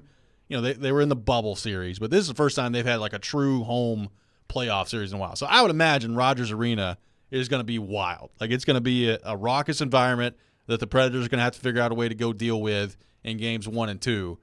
And we talked about it a little bit yesterday. Like, if you're Andrew Burnett, if you're this team like starting on the road with the pressure that's just kind of inevitably on a Canadian team in a Canadian market, can you create some doubt a little bit early in the series? And if you can, like, how does Vancouver respond to that? Like, I feel pretty good about this for the Predators. Like, let's say they go out in game 1 and Vancouver's just riding high and they're playing with a lot of emotion and that building's going and they jump all over the Predators. They end up winning the game, 4-1, 5-2, whatever it is. Like, I got a reasonable amount of confidence in the Predators based on the players they have, that game 2, they're probably going to respond pretty well. And even if they don't win, they're going to play well. Like, losing game 1 and being rattled by that environment is not really something I think is going to happen. Like, O'Reilly's been through a lot, Forsberg, McDonough. I mean, you can go up and down the list of guys who have been through a ton of playoff games. Zucker's played meaningful playoff games. And by the way, the last time Rogers Arena hosted a playoff game, because as you said, the last time they made the playoffs was in the bubble, 2015. Yeah, it's a long time. The first time Vancouver will host a Stanley Cup playoff game in nearly 10 years. So the Preds are not going to get rattled. No. Like, I feel pretty good about absolutely that. Not. And I just think because they have players who are going to be important, the Predators, that have not played in the playoffs. Luke Evangelista has never played in the Stanley Cup playoffs. Tommy Novak has never played in the Stanley Cup playoffs. Like, I imagine Kiefer Sherwood doesn't have very much NHL playoff experience, but they're insulated by all of those veterans. Like, I like another, like, this is Ryan McDonough specifically. We've talked about O'Reilly. We've talked about Nyquist, Forsberg, Yossi. Ryan McDonough specifically was made for the postseason. I mean, this guy has played in so many like high leverage games in his career. As you said, 4 Stanley Cup final appearances in his career, has won the championship twice. This is why you acquire a player like Ryan McDonough. Like, a player like Ryan McDonough can protect, quote unquote, the more inexperienced players in the postseason from the things that can happen, the emotions getting too high, things like that. This is, we didn't get to see the Ryan McDonough experience in the postseason last year with the Predators because, of course, I mean, last year, we talked about this last year. Last season, if I recall correctly, was the first time in his career that Ryan McDonough did not appear in the Stanley Cup playoffs. Yeah.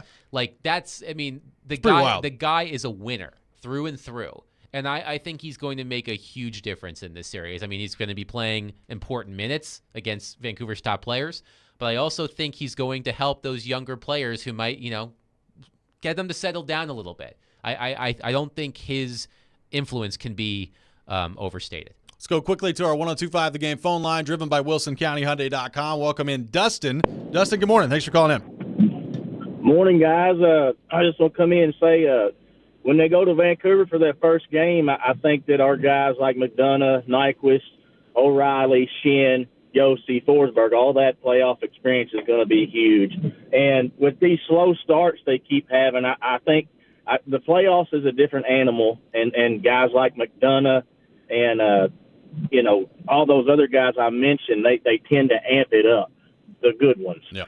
So when they come into Vancouver that night, I think it'd be great in the first 6 minutes if McCarron goes out and lays out their smallest player, their biggest player, the smallest one to piss them the F off, and the biggest one just to show them that nobody's going to mess with us.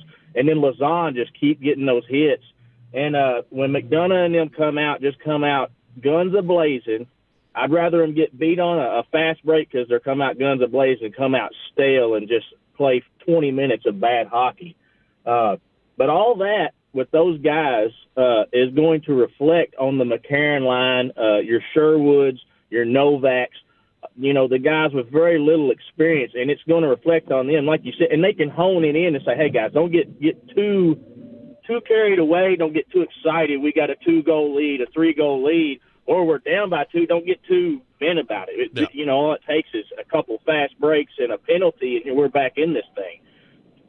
Yep, thanks for the call, Dustin. Appreciate it. I mean, I do think managing your emotions is a big deal this time of year, and they should be equipped to do that. Coming up next, it's time for Weekend Winners. We'll pick the first 2 games of the series for the Predators and Canucks. A lot more going on this weekend as well. We'll get into all that. Robby and Rexrode, 102.5, 106.3, The Game.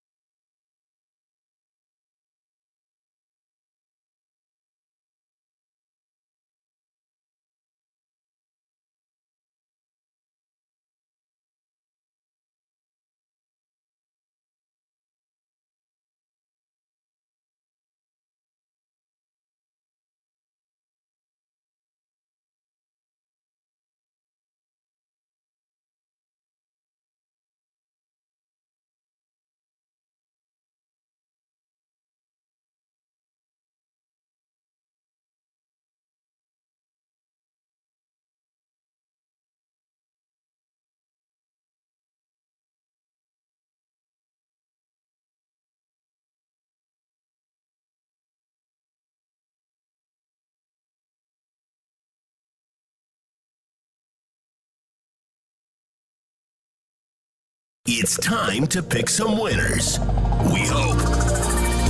Robby and Rexrode have weekend winners for you now on ESPN 102.5 The Game and the Game Nashville app. It is time for weekend winners here on Robby and Rexrode, and we're going to get into some games that even extend beyond the weekend. Weekend winners plus on Robby and Rexrode coming up on today's edition. Let's get a standings update in the competition. Just go ahead and gloat, Robby. I was 6-0 last week with my lock, so it's about as good as it gets. Rexrode 4-2, no lock. Keys are 3-3, no lock. So really a pretty decent week for all of us. I like it. One of us was excellent, which brings the overall standings. Robby Stanley, 30-18 overall, 6-2 of my locks, 36 points in the competition. Nick Keys are 28-20, 3-5 on your locks, 31 points. Joe Rexrode 26-22, 5-3 on his locks, good for 31 points. So Keezer's got to get a little bit better on the locks. That's what's holding you back from Rexrode. I know. Right, it's better still overall record. It's still a learning lesson for sure. It is. But this is going a lot better than my start the pigskin pick'em. It is. So there you go. No question about that. All right, we're gonna have Adam Vingan picking with us today too. Preds and Canucks, Game 1 coming up on Sunday night, 9 o'clock. Pre-game at 8 o'clock here on 102.5 The Game. By the way, we're gonna go each game for 1 and 2 here, so we'll get to like the series winner, our predictions coming up here in the next segment. But let's just start with Game 1. I am up first because I'm in first place in the standings, just so you know. I'll go with Vancouver in Game 1. I think the energy level is going to be high. I think the crowd's going to be roaring up, ready to go. And I think you're going to see Vancouver start the game really well. I'm a little bit worried about the Predators in Game 1 from the standpoint of they will have not played at that point since Monday, and you're talking about almost a week off. So I think it might take the Predators a little bit time to get going in that game, and I think that'll be the difference. So give me Vancouver in Game 1. Nick Keezer, Preds and Canucks, Game 1. I tend to agree a lot for the same reason, but I would also say that Thatcher Demko's back, and I think he looks really good. I mean, it's no coincidence that he is playing as well as he is. I mean, I think he made, 39 saves in his first game back or something. So, yeah, he looked really good, and I would anticipate him coming out with a vengeance and looking really good in the first round. So, yeah, Vancouver comes out and wins that first one. Joe Rexrode going with the Nashville Predators in Game 1. So Keys and me going with Vancouver Game 1. Joe Rexrode going with the Preds. Adam Vingan, who you got Game 1 between the Predators and the Canucks? Well, we'll call it an even split here. I'm going to pick the Predators to win Game 1 based on what we talked about in the last segment. As we discovered, it has been 9 years since the Canucks hosted a playoff game, because as we said, the last time they were in the postseason, it was in the bubble. There were no fans. So this is the first time that Vancouver fans will be able to watch their team in the playoffs live and in person in nearly a decade. And I think there's going to be a lot of nervous energy in that building. I think the inexperience of the Canucks might rear its ugly head in that situation. I think the Predators steal one. I think they get like a late, fluky goal off Vern Fiddler-esque? Yeah, off of somebody's butt or something like that, and the Predators win by 1 goal in Game 1 in regulation to put some fear into the guts of Canucks fans. I like the Predators. There were 3 goals that Pete pointed out yesterday with Stilly and Max, that there were weird, behind the goal line goals. Yes. So could we see something like that? I don't know. Maybe Adam's called shot will stand out there. All right, Preds and Canucks Game 2 coming up on Tuesday. Nick Keezer, who you got in that one? I'm going to go Nashville. This is when they steal their game. Okay. I think that's when that's when Vancouver gets a little bit comfortable, and I think before the Preds come back, that would be a game that I would envision them stealing and then coming home and thinking to themselves, "Hey, we're back. We could possibly, use these 2 games to our advantage." That's the way I see it. Preds steal Game 2. Rexrode going with Vancouver in Game 2. So both Keezer and Rexrode going with a split in Vancouver with just opposite sides of the way they're taking it. I'm going Preds Game 2 as well, so all 3 of us going with a 1-1 series coming back to Nashville. Adam Vingan, who you got? Make it Game 4. 2. Make it 4. I think based on my Game 1 prediction, I think Vancouver shakes it off. I think Game 2 could be a blowout win for the Canucks. Okay. I think that they could, get the jitters out.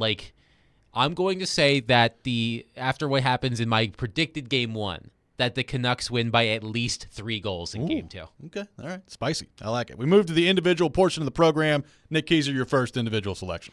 Yeah, let's go over to the NBA. I'm going to take the Bulls over your Heat, Robbie. The Bulls are plus 1.5 in this matchup, as are most NBA games. I think all of them are. They're not all like that way, but that's okay. Anywho, they are in this one. They are all relatively close at least, but I'll take the Chicago Bulls over your Heat, Robbie. I actually don't hate that pick. I'm not going to make that pick, but I don't hate that pick. Going with the Bulls plus 1.5 against the Heat. Rexrode going with the Panthers over the Lightning in Game 1 of the Stanley Cup playoffs, which I believe is that Sunday? That's Saturday. That is, let me find out. I think it's Saturday. It's Saturday. Saturday. There you go. Saturday at 4 p.m. So we're going with the Panthers over the Lightning in Game 1. My first pick, I'm going the opposite. I'm going Tampa Bay Lightning over the Panthers in Game 1 on the road. I think the Lightning waltz in there, and they take Game 1. Any particular pick stand out to you, Adam Vigan? I am going to go to tonight's NBA game. Okay. Unfortunately, my Pelicans lost They did. to the Lakers. They also lost Zion Williamson, who had 40 points, and he will not play in this game. The Kings are a 1.5-point favorite according to what I'm looking at currently, I think on the ESPN bet. You know what? Everyone's going to be counting out the Pelicans. I'm taking the Pelicans Baby. to beat the Kings, There you and go. then they would play, I guess, the Thunder in the Yes, first that is round of the correct. playoffs. So, I mean, that could be ugly. But I'm going to say that the Pelicans defy the odds and make it to the actual tournament by beating the Kings tonight without Zion Williams. I like it. My second pick, I'll go Rangers minus 1.5 over the Capitals in Game 1. I could pick them straight up, but that's chicken way to do it. They're the heavy favorite. So I'm going Rangers minus 1.5 over the Capitals in Game 1. Rexrode going with the Bruins over the Leafs in Game 1. Nick Keyser, your second pick. Adam, contrary to what you think about your team, and I do like the Saints, you and I share that at least, but I do like my Sacramento Kings over the Pelicans, and Robbie, make it my lock. I think it is a great pick. It's an advantageous pick for me. Lock it down. And for that reason of Zion being out, I don't think it's going to be enough for them to beat DeMontis Sabonis or De'Aaron Fox. They're just simply really good scorers, and they're great in the paint. There you So go. give me the Kings. Adam, do you have another pick? I do. I'm going to go going back to the Stanley Cup playoffs on Sunday, 6 o'clock, ESPN. The Avalanche at the Jets. Mm-hmm. I'm going to take the Avalanche in this one. Okay. And I'm going to lock it down. Okay. That this is not the lock that they're going to win, but I'm going to lock down that Nathan McKinnon has at least 3 points I like that. in Game 1. A Game 1 road win for the Avalanche in Winnipeg. McKinnon at least 3 points. I like that a lot. All right, rapid fire here. Pick number 3. Nick Keyser, your third pick. I'm also going Avs here as well. That was one that I had written down, so give me Colorado in Game 1. Avs against Jets in Game 1. Rexrode going with the Miami Heat minus 1.5 against the Chicago Bulls. For my third pick, I will go the Texas Rangers plus 1.5 today against the Atlanta Braves. So different Rangers. Texas Rangers plus 1.5 against the Braves. Adam, do you have another pick? I do. I'm going to make one more Duke-related pick here. There we go. Saturday, Game 1, Orlando Magic at Cleveland Cavaliers. Cleveland is a 4.5-point favorite. I'm taking the Magic, and my man Paolo Banchero, 30 points. Nice. I like that. My last pick, I'll go Carolina minus 1.5 against the Islanders in Game 1 and make it my lock. I am locking down on the Hurricanes. I think they're going to destroy the Islanders in that is series. the least watchable first-round series, It's in my not opinion. Great. I'm not very excited about it, but I think Carolina is going to just blitz them in Game 1. So I'll go Hurricanes minus 1.5 against the Islanders and lock down on that. Rexrode, his final pick is the Sacramento Kings minus 1.5 against the Pelicans. So there's that one. Nick, these are your final selection. Yeah, same baseball game as you down there with the Braves. Robbie, Chris Sales going up against the Rangers. So give me the Braves minus 1.5 over the Rangers. I'm going the opposite. Braves minus 1.5 against the Rangers. We'll take your thoughts. 615-737-1025, our phone number. 615-737-1025. Coming up next, our final thoughts on the Predators and Canucks. As the series begins on Sunday, we'll give our predictions, who's going to win. Take your thoughts on that as well. This is Robby and Rexrode, 102.5, 106.3 The Game.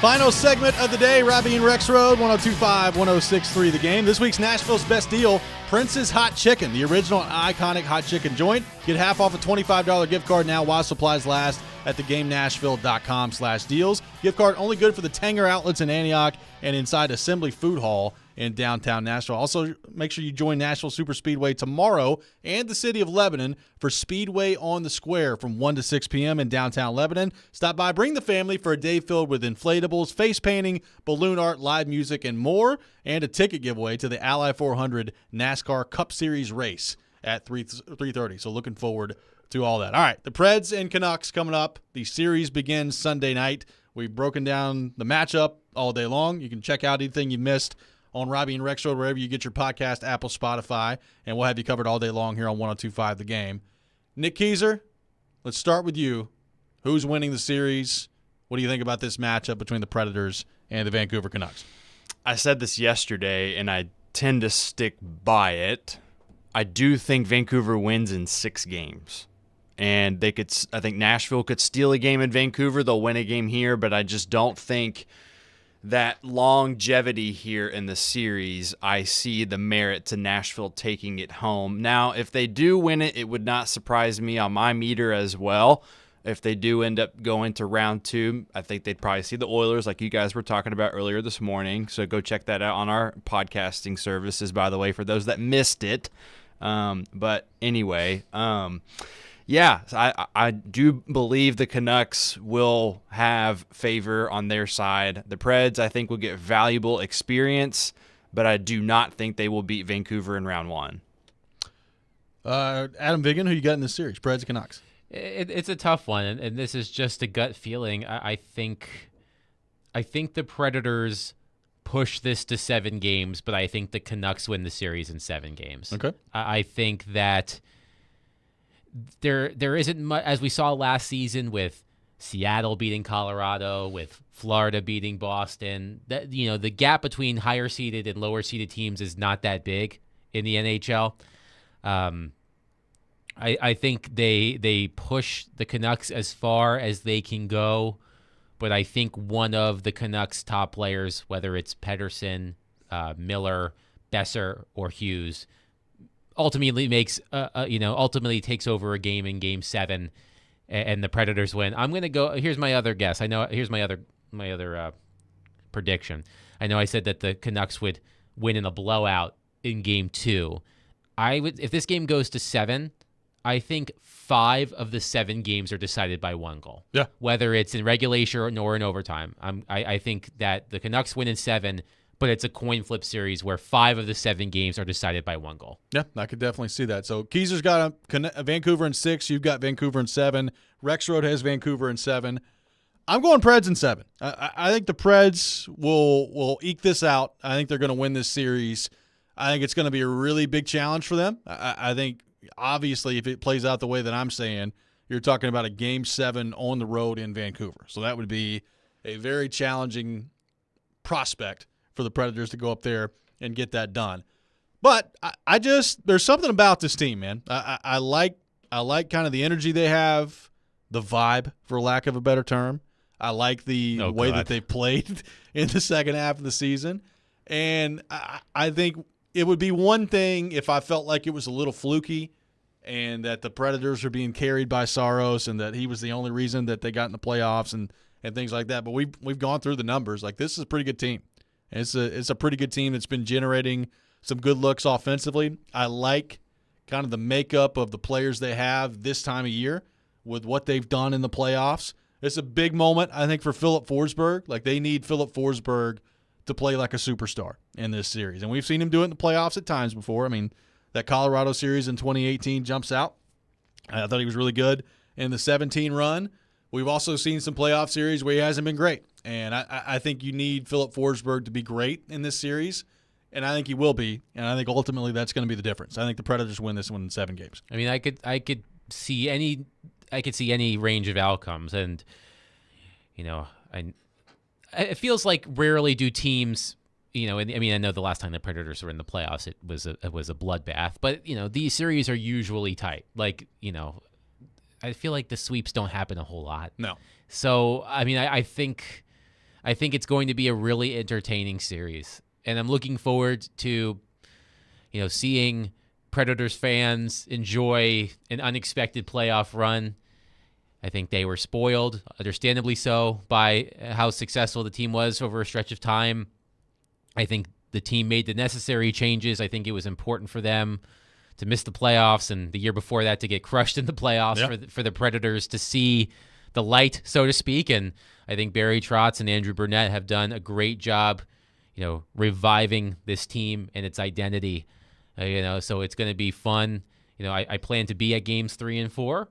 Looking forward to that. So, helping Sportsnet with their coverage. So I'm looking forward to being in the building and seeing it firsthand again. It's been a while. Well, and let's just go ahead and announce that you're going to be with us on the station through our playoff coverage here, and you're going to be with us every Tuesday morning at 8 o'clock. So looking forward to that. Be on with you and Joe every Tuesday, 8 o'clock. I believe I'll be on with the midday show every Wednesday at 1. And Jared still needs to figure out when he's having me on, if he wants to have me on. I think he would like to have me on. So Jared needs to hurry up and pick a time. Figure it out, Stilly. Yeah, I've got things to do. I've got a kid, I know he's got a puppy, and that's important now too. But, I got to figure out my schedule. But yes, Hank is very important to Jared. Yes, very excited to be a part of the station's coverage of the playoffs. Yep, we're looking forward to that. Looking forward to having you. Keezer, tell us about what you're doing tomorrow on Forest Company. Yes, well, myself, Nick Frazier, Dr. Crane, and Jake Lyman, the voice of the women's basketball team over there at Vanderbilt. We have our Saturday morning weekend show that will be airing once again. Junie Riddle and myself, we had a show not that long ago called Riddle and the Reporter. Now we have another weekend show that's going to air right here on 102.5 The Game. So stick around for Saturday mornings. The up-and-coming, guys on this station have a lot of great insight and talent. Those guys add a lot of value to myself and other areas of sports here in town. I'm excited because we're all growing, and our producer, Connor Newt, is a fellow local guy as well from MTSU. So super glad that all of us are rising in this market, but more importantly, we're going to be all together on this ride together. Yep. So excited for that. Tomorrow morning, it all starts at 9 a.m. And looking forward to it. Forest Company, folks. Be sure to be there. Yep, looking forward to that as well. Preds fans, enjoy it. This is the funnest time of the year. Funnest time of the year to watch hockey, be a part of things as the playoffs get rolling on Sunday. We'll be back on Monday morning to break it all down. Adam, thanks for being with us, my friend. My pleasure. Jason Big Joe coming up next. You're listening to 102.5, 106.3 The Game.